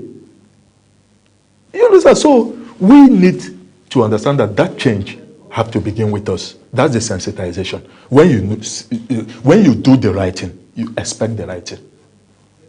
All right, let me ask about your principal. Sorry, I'll be coming in a minute. Dr. Benjamin Nwoye. Yes. All right, let me ask now. You've been very instrumental. You may not know, we are in the media space. You've been doing very well as a media, as a matter of fact. Now, let me ask this question. Of course, you talked about sensitization and, of course, orientation, which is a basic thing. It's a tool, all right, that the people in the South need. How do you think Dr. Benjamin Obi Nwoye, all right, with your assistance as the SA media, all right, push this narrative to the people so that we can have a different campaign this season? Is it possible? Of course. To start with, just last week, about 5 days ago, he just returned from Anambra State for this sensitization and peace building in Anambra State, APC. This, exactly what I'm telling you, what he told them in Anambra State, that issue-based campaign, peace and unity is the only way to win elections. He has been going about, he just did his 100 days in office like a month ago. So since then, since inception into office, he has been moving around, meeting stakeholders, meeting party. You know, he's not going to meet the opposition because he's an APC Deputy National Chairman, so he concentrates on APC and Southerners. So he's been moving from state to state, from one stakeholder to the other, preaching to them. These are all over the social media, that issue-based campaign is what we are going to do this 2027 election. We're not going to fight. We are not going to out people, and we need peace. Anambra State APC had some issues in leadership. He was made the chairman of Reconciliation and Fact-Finding Committee of Anambra APC. He went to Anambra State and brought all the stakeholders and told them, we need to stop this fight. No. The leadership that National Working Committee instituted must be respected. Everybody is not going to win at the same time. You have to respect the leaders. Tomorrow might be your turn. Just today, as I'm Deputy National Chairman South, he preached and peace restored to Anambra APC. So it's a gradual process. It's not something that you can finish under 1 week or, because Nigerians, we are very stubborn-headed people, So we need that sensitization. We need a sense of belonging, Nigerians, they love it when they are being carried along, whether they are benefiting much or not, just carry them along. So that's what we do in the APC, because I can't speak for the opposition party. We do that a lot in the APC. We try our much to our best to carry people along to the best of our ability. So okay, so I like the fact that you people are really big on issue-based campaign come, this very campaign period. Let's talk about election or debates, presidential debates and what have you. Now, the reason why I feel like politicians want to use lies to campaign is basically because a lot of them dodge debates. I think it was the last 2023 election that he called on Tinubu for debate. I don't know how many he honored. I don't think he honored any. But you look forward to a Nigeria where we'll have presidential candidates come up, interact with people, the way it's been done in the US and other countries. Yeah. Interact with people, answer their questions. That way we'll focus on the issues and there'll be less room for lies and deceit. Is this something that the APC and even the present presidential candidate of the APC is open to? Of course, APC do not have any problem about coming out to debate. But what we don't want is the lack of issue-based campaign. That is why you see sometimes APC stay away. Because when you come for that debate, instead of them to iron issues out, they will start throwing jabs. Look at this person is old, he's not fit to run. That's why we are talking about issues. Opposition should learn to respect candidates, should respect party. Come out and tell us what you can be able to do. Not throwing that this person is this person does not have certificate. Those are not issue-based campaign. Having PhD or this cannot in any way solve Nigeria's problem. That you wear one word for 100 years, have no role to play in making Nigeria better. Is the key? Why do we keep saying education is the key when having a good certificate does not guarantee that you add any value to the country? Those that have been ruling Nigeria since 1960 don't have good qualifications. Where are we? Is the question. That is what I'm saying. That's what I'm telling you. When it comes to politics, and governance, what you need are those people that have those bigger certificates around you. You may not even have all you understand what you do. There are people who know how. They know how to fix the country. It's not about I carry my bag to the airport. Have no role to play in making If you want to call names, call names. No, do you understand? It has no role to play in making Nigeria better or making citizens feel better in the streets or in their homes.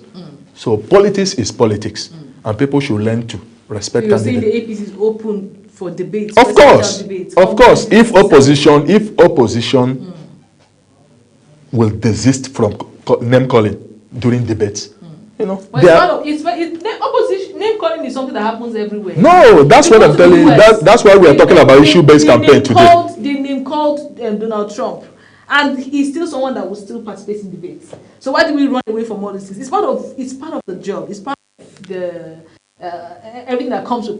People will troll you. People will do all of this to you. It's left for you to stand and focus on what you need to focus on and defend it. So when you keep running away from jabs, does it make you? That's why we are discussing issue-based campaign today. Let's focus on the issues and forget about throwing tantrums on. Is it realistic not to expect tantrums and jabs? That is why we still have a very long way to go. The thing is, we can have a minimal or we can have all of that minimalistic and then have more issues. But totally eradicating jabs in a country like in the political space is almost impossible, because that's a place you have the right. People want to. It's something that the current, I'll keep saying, the current leadership used to get into power. Throwing jabs has been part of our politics. We played issue-based campaign 2014. We played issue-based. When you threw Goodluck Jonathan on the Chibok girls, it was more of. Did it not happen? We know how many times Tinubu himself led protests against policies and reforms that. President Tinubu has never been against protest under this administration. So you have to protest. It's usually on reforms or policies or happenings from a previous government. We saw him very and all the way. I like the fact that he's a democratic person and he also allows it. That is kudos to him. But what I'm saying is, throwing jabs, calling out a particular president or an administration is part of politics.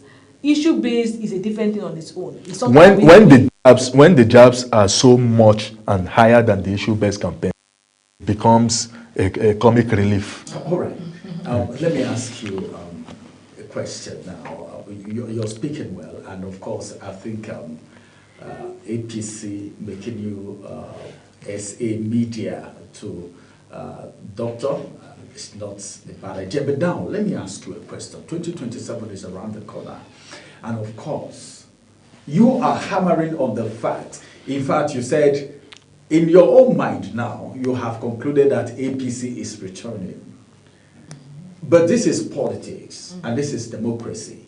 And remember, one of the major problems that we have in Nigeria is recycling. The same people you think they don't have strategy, we are the same people that were accused of rigging election for some administrations in the past, left your All Progressive to other places, and from other party, they have formed their own party now. You might be looking at it as in they are disunited, they are not together and all of that. But I don't know, it could be a strategy because it is politics. Now come 2027 election. What do you think of the Independent National Electoral Commission? Because a lot of Nigerians are in doubt right now of what is going to be the outcome of the INEC chairman and the umpire body as it has to do with past experience. INEC has always been independent. You know, people blow all this out of proportion. There is nothing INEC is doing for APC. INEC is there for all Nigerians as the umpire to do whatever they are going to do and announce results. What exactly will INEC do for APC now? Assuming, let us say, if INEC rig elections, why did Peter Obi sweep all the southeastern states? Why didn't INEC go there to overturn the votes? Why did Peter Obi win South and like Delta and other? Why didn't INEC overturn all those results? So people just blow all this out of proportion.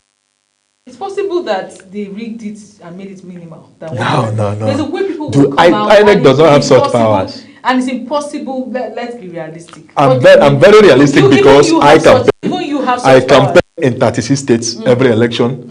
I participate in the election, so I watch closely. There is nothing I see. I don't see anything INEC do. That Peter won in some southern states. 95, he won and denied APC 25% in every southeast state too. So why didn't INEC rig it? In the same Lagos that Peter Obi won. Yeah. We saw people come out to say the numbers were reduced. That Peter Obi won and you are still complaining. He lost and you are still complaining. The numbers were minimized. Is that not such a possibility? The opposition, continue to do one thing over and over again and expecting a different result. No matter how long you hit an umbrella on the ground, it can never turn to a walking stick. Let me tell you, if opposition fail to come together and cast their ballot or their votes in one ballot, APC will return again. And that's exactly what's going to happen in 2027. When we defeated PDP in 2015, you know what happened? All the opposition came together under the of APC. There was no major opposition outside APC, then PDP. That's what we had on the ballot, the major one. But when you come and scatter your votes into different fragments, there is no how you can defeat the ruling party. There is no how. All right, Maurice, let me ask you a question. Now, what do you think, if you have said all of this now, then what do you think is the reason for voter apathy that we've recorded massively in Nigeria? This is, you see why I'm telling you about, I use the narrative of Akarampa, 100 people voting. Voter apathy. And most of them that don't vote are those that are on social media making noise. This is why I'm telling you that APC will win, because any APC member you see today will vote. There is no two ways about it. We will vote. So we take elections seriously more than anything. But not everybody is part of a political party. That is exactly what I'm saying. APC members and APC supporters are two different things. Some people can support APC and not have a PVC. It's not true. It's not true. Any APC member you see have a PVC. It's not true. I'm asking. All right. You said APC and INEC does not have anything in common. At all. Even though the chairman say, I'm asking why people, because you gave an instance to say, well, if all the APC member votes, all right, card-carrying members, and the others are fragmented into different political parties, and they vote, and a chunk number refuses to vote. The number that are refusing to vote, why do you think they are refusing to vote? Is it because they are not Nigerians? They are Nigerians. They are refusing to vote. Maybe they believe if they vote, it will not count. Some, maybe they are refusing to vote because they don't have permanent voters card. You cannot vote with your mouth or with your social media handle. So it is not our duty to force people that don't want to vote to come out and vote. It is our duty to mobilize APC members to come out and vote, because we have registered members of APC and we know all of them. It is not my duty to start forcing opposition to come out and vote, because I know if they come out, they will vote against us. If they don't even vote, it's better for us. Of course. You can even put up a strategy to make them not to vote. Possible? No. We cannot put up any strategy to force them not to vote. They say all is fair. All our strategy is to mobilize the APC members to come out and vote. I cannot be begging somebody that I know that is an ADC supporter, will be begging people to come out and vote now. So that means I'm begging him to come out and vote against us. So if they remain in their house, it's better for us. They don't want to go, but I can assure you that APC members will come out en masse and vote. This is why I keep telling you that a united minority is more powerful than a divided majority. If you're not in APC today, all right, same thing you're saying now for the party you're going into. I have never been in any other party except APC, so I don't know. I can't be saying, I cannot assume an unassumable assumption. But I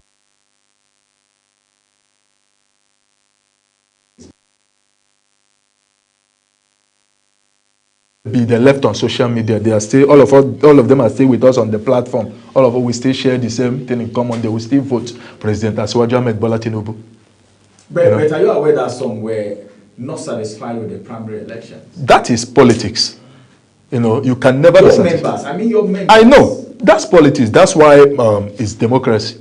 When you contest election, when you are about to contest, you believe you will win. Anybody that buys form to contest for any office believes he or she will win. When you don't win, or when you don't emerge victorious, you become aggrieved. That is why party have reconciliation committee for those people that are aggrieved. There is an APC member that complained about what party did to him 3 days ago. That party, he bought a form, he didn't contest, that party should refund. He was on social media abusing the party. What did my boss do? The Deputy National Chairman, Sir Dr. Ben, invited him over to come to the house. He sat him down and explained things better for him. Say, this is why this happened and this is why this happened. You didn't win today, you might win tomorrow. Believe in the party, support the party. The case ended. So it's about having leaders that understand the plight of APC members there in power. So that once you see aggrieved, what you will do is to institute a reconciliation committee, filled with APC leaders, and call those people to the table, round table. What people want is to be recognized. Forget about the money. We take risk with money in politics, but recognize when they lose, call them on a round table and sit them down. Say, you didn't win today. Everybody cannot win at the same time. Right. It might be you tomorrow. Thank you very much. Well, Maurice, I wouldn't want to say this on air, but then I think I'm going to have you again because there are 3 more questions that I would have loved to ask you. Sure. I can see now why Doctor decided to give you as his SA media. As a matter of fact, he's been he's a peacemaker. Yeah, he's a peacemaker and he knows his job. Well, everyone, this is the size of the first conversation for you. Thank you very much. We've been able to talk about political communication, very important. If there is no communication, so many things go wrong. And it has been a very wonderful time with the special advisor to the deputy chairman of the All Progressive Congress of Media for the South. Mwa Orisa Nonso. Thank you very much. Honorable Mwa Orisa Nonso. I know in 2027, I know your appointment is going to go up. That's what we by pray the for. way. All right, thank you very much for joining us. We hope to have you on the conversation again. Thank you very much for having me. All Thank right, you, Nigerians. everyone, it's another time for us to get into the second conversation. One of the things that has bedeviled the nation is the issue of security. Where are we? Are we making a headway or we are retrogressing? In this next conversation, we would have a guest that will speak to us on that conversation. We'll return after this break.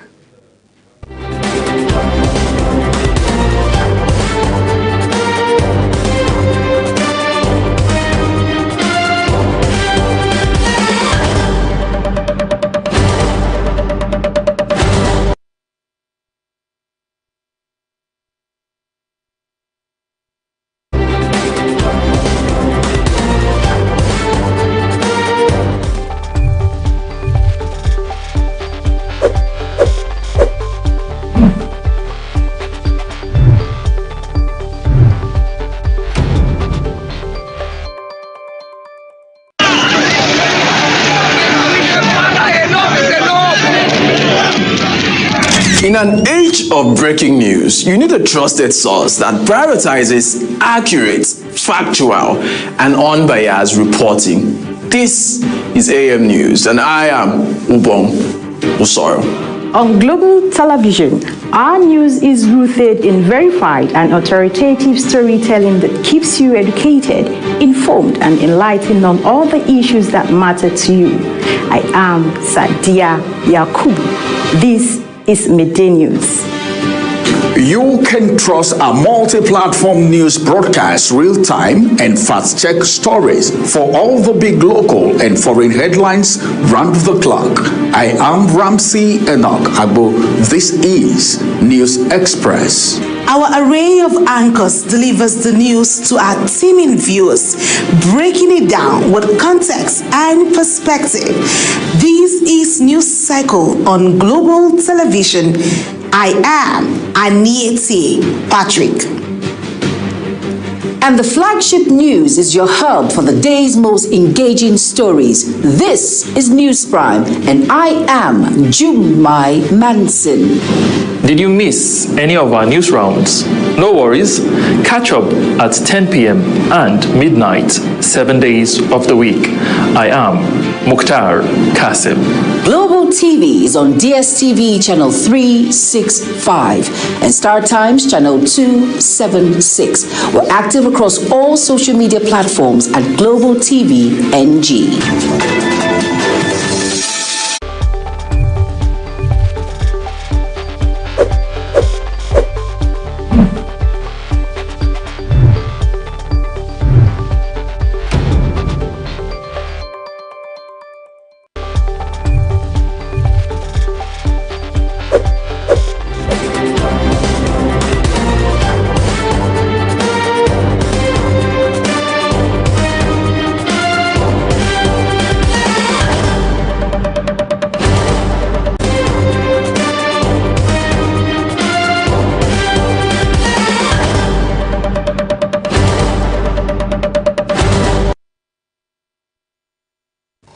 National security is a concern nationwide today. We want to look at that issue. It is an issue, of course. I would call it an issue.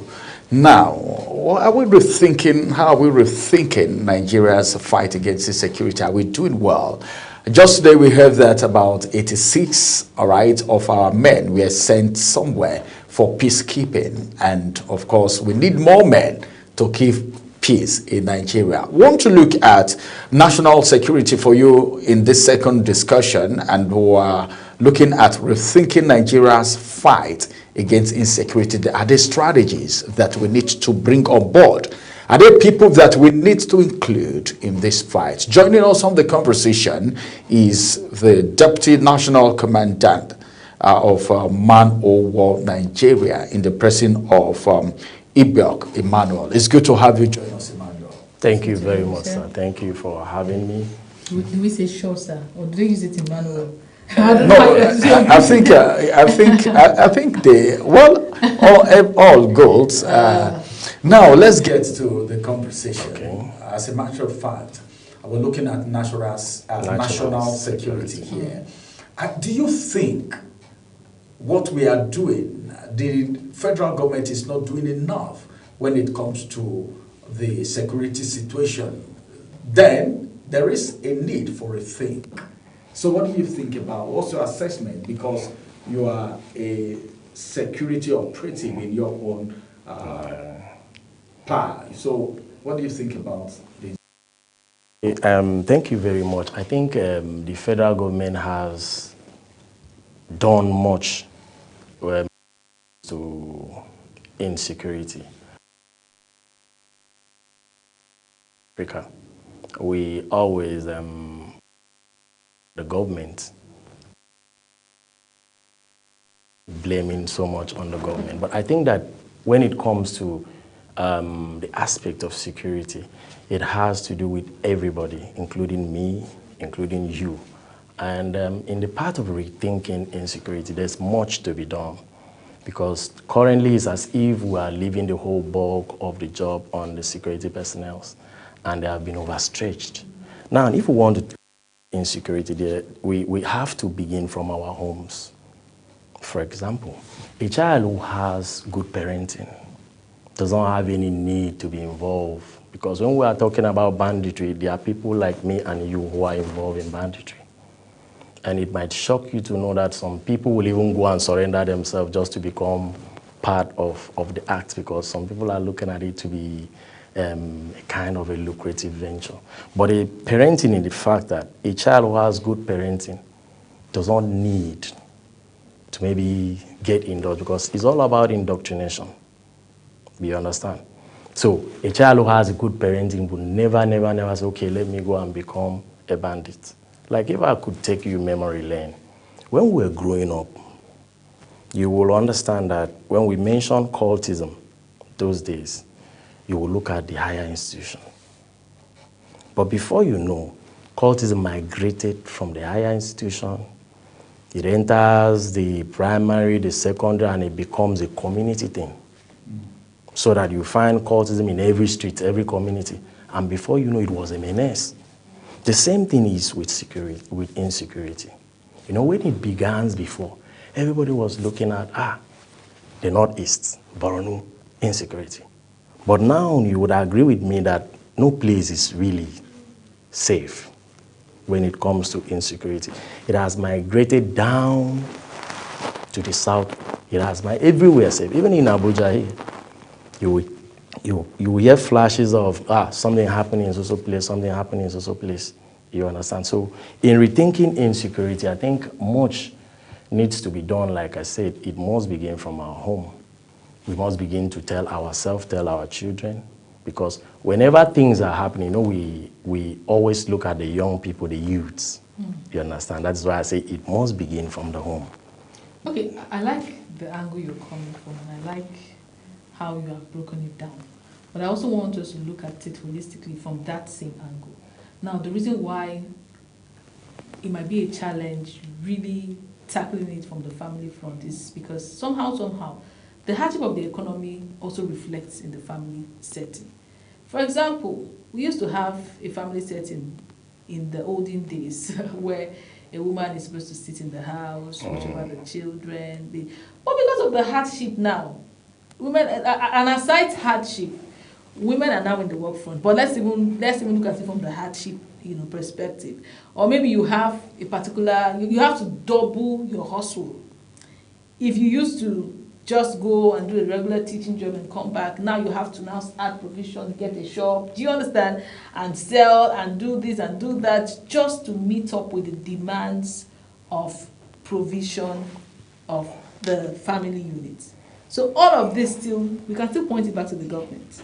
If we had a dividend of democracy, if we had leaders that, I'm not blaming any leader per se, I'm not pointing fingers to any particular leader, but I'm only saying that how feasible is it to even instill values to these children, to these youths that we're talking about, when the burnt the brunt effect of the hardship of the economy is still hitting hard on families. Is this even realistic? Okay, thank you very much. You know, before you came in, I was coming to that. You see, when we are talking about the parenting, and we now come up to unemployment, that's where I was trying to drive at. You see, the government, that's why I say government has a lot, or they still need to do more in rethinking the insecurity. So I began with parenting, and you see, unemployment too is a menace. That is why I told you that you will be surprised that people, young people will maybe willingly go and maybe join the banditry sector and begin to cause mayhem. Why? Because of unemployment. So the government has to do a lot in providing jobs because an idle person, you understand, could be a devil workshop. So any youth, and you will see statistics, they will tell you out of school children, out of school, they will give you the statistics. The number is huge. And it's rising every day. And these children you're seeing will definitely grow to become adults. So what are we doing? That is where the government comes in. There must be provision. No child should be allowed to roam around the streets while school is going on. No child should be allowed to maybe do one or thing he's not supposed to do when he's supposed to be engaged in school. You understand? So government has a lot to do because if the people are engaged properly, nobody will look the other way around. Nobody will think that it could be indulged in one thing or the other. So I feel that the government has a lot to do by generating more of employment. And when we are looking at employment, unemployment, we also will be looking at the government angle only. We have private sectors. They can also as well help, you understand, in getting people engaged. And when people are engaged, you may hardly see somebody who is gainfully employed will hardly go to indulge himself in things that are inimical to the growth of the country. Thank you. Okay, let's talk about Man-O-War.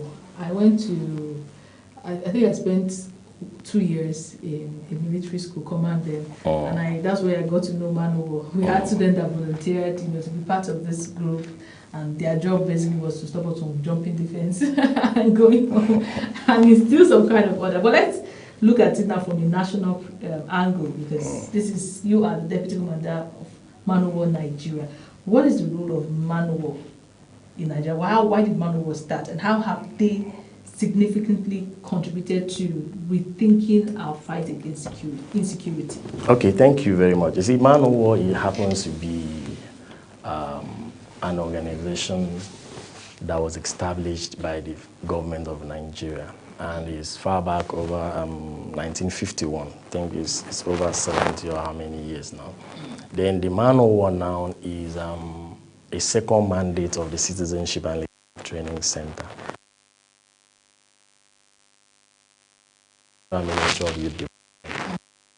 They are our supervisors in contributing to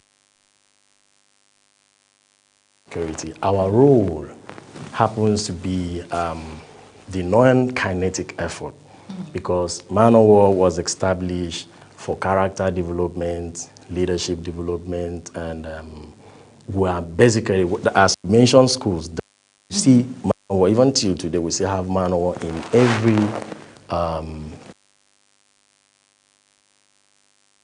secondary institution. And why are we there? Why are they students, you understand, value orientation. We let them understand what you are supposed to do as a young person in school and what don't discipline. As you're coming to school, you're supposed to take the gates. You understand? So don't. So currently we have been doing, I told you, our app have been, because if you go around, you see that we have Man-O-War in communities, aside in school, community-based. So we operate in 774 local governments. We have area commands in each of those local governments. Then we have state command, 37 or 36 states, and FCT, we have our state command. We also have a command at the railway. People are working with the Railway Commission. So regional commanders. Every region we have working, then we have recent now we have been driving the Safe School initiative. Okay. Because we believe that if we keep talking to our community and the grassroots, talking at least quite a number of them will understand the right norms, the right way, you understand, to go about life. So you may not find them in any act that is inimical, like I said before. So we have been doing a lot in that angle. Let me ask a question now. I love the part when you talked about securing the schools and all of that. Recently, in fact, I asked a question, the security expert, the question, because attention of these kidnappers is more in school. We just had the most recent, the Orire children, and the one that happened in the north just yesterday or last week. And we still have some still unreleased until now. Do you think the man of war needs to be reinforced, empowered, equipped, all right, to secure our schools against these kidnappers and adopters? Or when I talk of reinforcement, you know what I'm talking about, you know, and when I talk about equipment, you know what I'm talking about. So what do you think of the man of war? Do they have the capacity, all right, to handle that? Thank you very much. I think we have the capacity to handle it. But like I said before, our approach are non-kinetic. Now we're in communities. You know that in every community, there's a saying in those days, they say, when you see something, you say something. So our approach now is to create awareness. The people who commit most of these things in school are not far from the community. Mm-hmm. Somebody cannot come from, let's assume, somebody coming from Imo State to FCT, just coming like that. If he's not in FCT to maybe study the terrain of the environment. So what I'm trying to say is that we are constantly building the capacity of students, teachers, and letting them understand, you understand, early warning signs that you can see that something could happen. And also letting them understand that it is their place first, you understand, to provide the much solution we need to this insecurity. Now you see the military now, theirs is response. But our own now, we have to talk to the people. If you see anything that is not supposed to be, you have to say it out. You understand? And therefore, by saying it out, you have to stand tall. Are you licensed to carry arms? No, that is why I'm saying it's not our place. It's not kinetic. So our own is to reorientate the mind. Yeah, you're just like the people, you know, gather intelligence information, and of course dish it out. Yeah. Meaning it's supposed to be man or war is your friend, not police is your friend. No, you know that one now. It has already been established. Police is your friend. So our own is man or war. Then what is man or war? If you want to be a good leader, so you join the man or war. Oh, if you want to be a good leader, yes, join the man. Because our work now basically is in the communities. The communities, we talk to traditional rulers, we let them understand that you need to take ownership of the schools, you need to take ownership of your terrain. Because no one knows the terrain better than you. So, sir, you mentioned that, you know, you work hand in hand. I want to know how you are synergized and the architecture with our security force, talking about the military, the police. What is the level of collaboration? What's the link? What's the collaboration? Is there? Are you happy about the level of collaboration so far, or you think there is more that needs to be done? I think the level of our collaboration is very, very high. You know, like I mentioned, Safe School is an initiative that we work with major stakeholders. And most of these stakeholders happens to be from the security angle. So we have a good working relationship with the Nigerian Armed Forces. We have a good working relationship with the police, the civil defense, the DSS. So we have that strong working relationship with them. All right. Let me come in at this point in time. You know, we're talking about security here, national security as a matter of fact. And I so love the part that you talked about you meeting with other security operatives, because just a few days ago, a security expert have come to say, well, one of the problems that we have, why this insecurity is intensifying, apart from that is allegedly said it has political undertone, that the security operatives too don't have cooperation. You see one security operative feeling like they are superior to the other. The other one is saying they are superior to the other. You hear something like, we're the one that arrested him. You hear something like, we are the one that captured him. You hear, meaning there is everybody wants to take the glory. You know, everybody is looking for the glory instead of working for national unity. How do you think this can be addressed? Because I love this fact that you said, before you become a good leader, at least you should be a member of Man O War. So what do you think of that? How can we strengthen the synergy among our security operatives, including Man O War, Boy Scout, Nigeria Army Cadet? I know I did that while I was in school. Red Cross. Red Cross and the rest. You see, just like you said that everybody wants to take the glory. and you know that when we are winning, everybody will want to take his own shirt. You understand? But I want to believe that much has been done in as much as everybody wants to take the glory, but much has been done silently by some security operative. We may not, if we want to look at that, we know that even in the home, you still see people who wants to outshine the other one. But I want to believe that with proper talks within themselves, you understand, and that stronger synergy, like you said, I think those things will now be a thing of the past, because insecurity is a national issue. You understand? So it doesn't really matter who is. You understand? It doesn't really matter who is doing what or who is doing what. And another thing is that we need to understand the role play.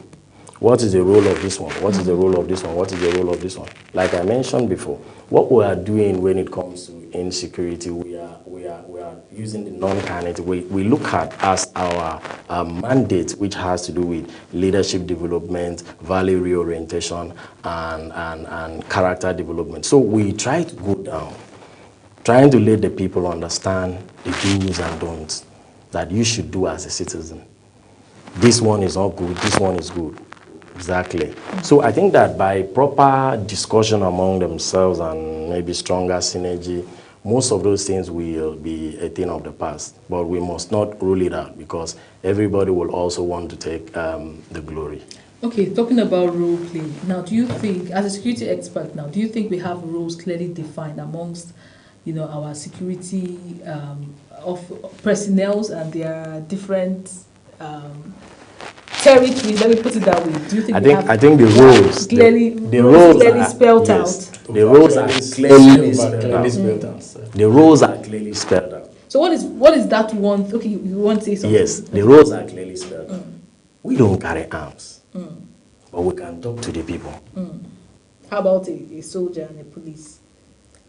And a soldier, that's their role. Their roles are clearly spelled. If you know now, normally you see that the police is for internal security, while the army they're looking at the external, the territories, and you understand. But be that as it may, because of the high level of the non-state actors trying to infiltrate, so the army has even been drafted into doing the internal security. So what's the difference between a man of war and a vigilante? The man of war and a vigilante have very clear difference. Okay. But all of us, if we want to be by way of English word, all of us are doing the vigilante work. Okay. By way of English. What does the vigilante do? Because the vigilante is not, I know now it has been formed into an organization like an entity having a name, vigilante. But even if you draft people who doesn't wear any uniform, and their responsibility is to maybe secure an area in a community, they are doing vigilante work. So everybody should be vigilant. So everybody should be vigilant. That's why everybody should be vigilant. All right. Talking about security, it has eaten deeply into the fabrics of the society. There is this issue. I'm talking about this. I know you are aware. Your job is very sensitive because it has to do with intelligence. Now, a lot of people have accused some authorities of leakage of intelligent questions. We've had situations whereby some of our generals have been taken out because of leakage of intelligent information, as it is being alleged. Now, the reason why I say your position is very sensitive is because you know, I don't need to tell you, because I assume you know what happened when the issue of if you see something, say something came out, or how people have been apprehensive, let me say some people were gotten to and all of that. So how do we manage this? How do we get this intelligence sharing, all right, more effective? Because some are scared, some cannot even share with you. You know, some are scared, and this information keep leaking. Is it when they tell you that it leaks, or it leaks before it even gets to you? So this is a problem that has been deviling the tackling of insecurity in Nigeria. So what do we do? How much more can we strategize as a people and a nation? Okay, you see, when it comes to intelligence, like we said, I mentioned role play. You know, the DSS, they're uprightly having that angle of running the intelligence. And if you have any information, it is very normal thing you walk to your office and say, this is what I am suspecting. They will carry out from there because they are professionals trained for that. So definitely they will begin their job to also see whether what you said, you understand, was a reality. So I still think that just like I mentioned before, if in a community the people are afraid to say something, there is no way the intelligence will work. Do you understand? Because the people in the community must rise up and take ownership of everything that is happening around them. You understand? It is not that everybody, maybe anybody will just go on the street and say, hey, I noticed something, so you run to, there must be channels that you pass your information through. You understand that any community, they have the chiefs, they have other people that are segmented. So you need to pass that information through that source, so that somebody will look at it and say, okay, this is viable. So that what if information lands in the wrong hand, make part of the perpetrators? It depends on when you say lie, it depends on the wrong hand you are saying. For example, somebody that is sponsoring them, the way we hear that these people are being sponsored. And then I think it's about the fear of people. You don't know who is who. So you are telling somebody and the person might not say. So maybe a strong man in the understand? community heard that it was Mr. Okeke that went to tell Igwe that you know. So that is the implication. How protected are these people that give this information? That is why we say we need to build the confidence of the people. You take ownership of your environment. And when you take ownership of your environment, you will not be afraid of anything. Because if you're doing the right thing, definitely, you understand. I need extra. How are they protected? How am I protected? You can't tell me to come and listen. Giving you intelligent position. When they cannot go to farm anymore because they told Igwe that Mr. Okeke is you have to guarantee. So you see the problem. You see the problem. That I am safe. So because the problem already, the people are afraid. So this information cannot flow the way it's supposed to be, just like you said. But I believe that in sooner than no time, with the efforts the federal government is putting, this insecurity will be a thing of the past. All right. Unfortunately, our time is up. We would have loved to ask more questions, but then the issue of sharing intelligent information, a lot of Nigerians are scared. And so the government needs to spell it out more. And of course, when one person is protected, the other person is protected, and we don't have people coming on social media or falling victims and coming out to cry. I think the security intelligent informations might be more strengthened. Thank you very much for joining us on the program, Mr. Emmanuel. Officer Emmanuel. Yes. Thank you very much for joining us. Thank you, sir. Yes, sir. Thank you. All right, everyone. This is the size of the conversations for you today. I would like to inform you that the various headlines of the national dailies is entirely that of the newspaper houses and not that of Global Television. We do not have editorial contribution to those headlines. And the view of all the guests that we've had on Global Morning today is entirely theirs and not that of Global Television.